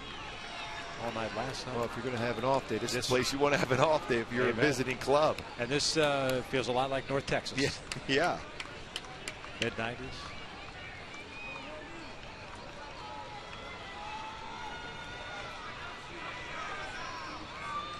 Two-one pitch. Escobar fouls it off to the right. CJ looking for that first win ever against Texas. He's going to win against every other AL opponent. 0-2 in his career versus the Rangers with an ERA over 8. Looking for that first victory. With his former mates.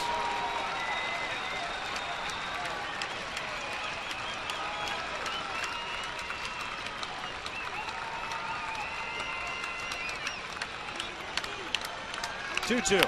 Ground ball to short. This should do it. Ibar on to first. Light that baby up as the Angels earned the series split against the Tampa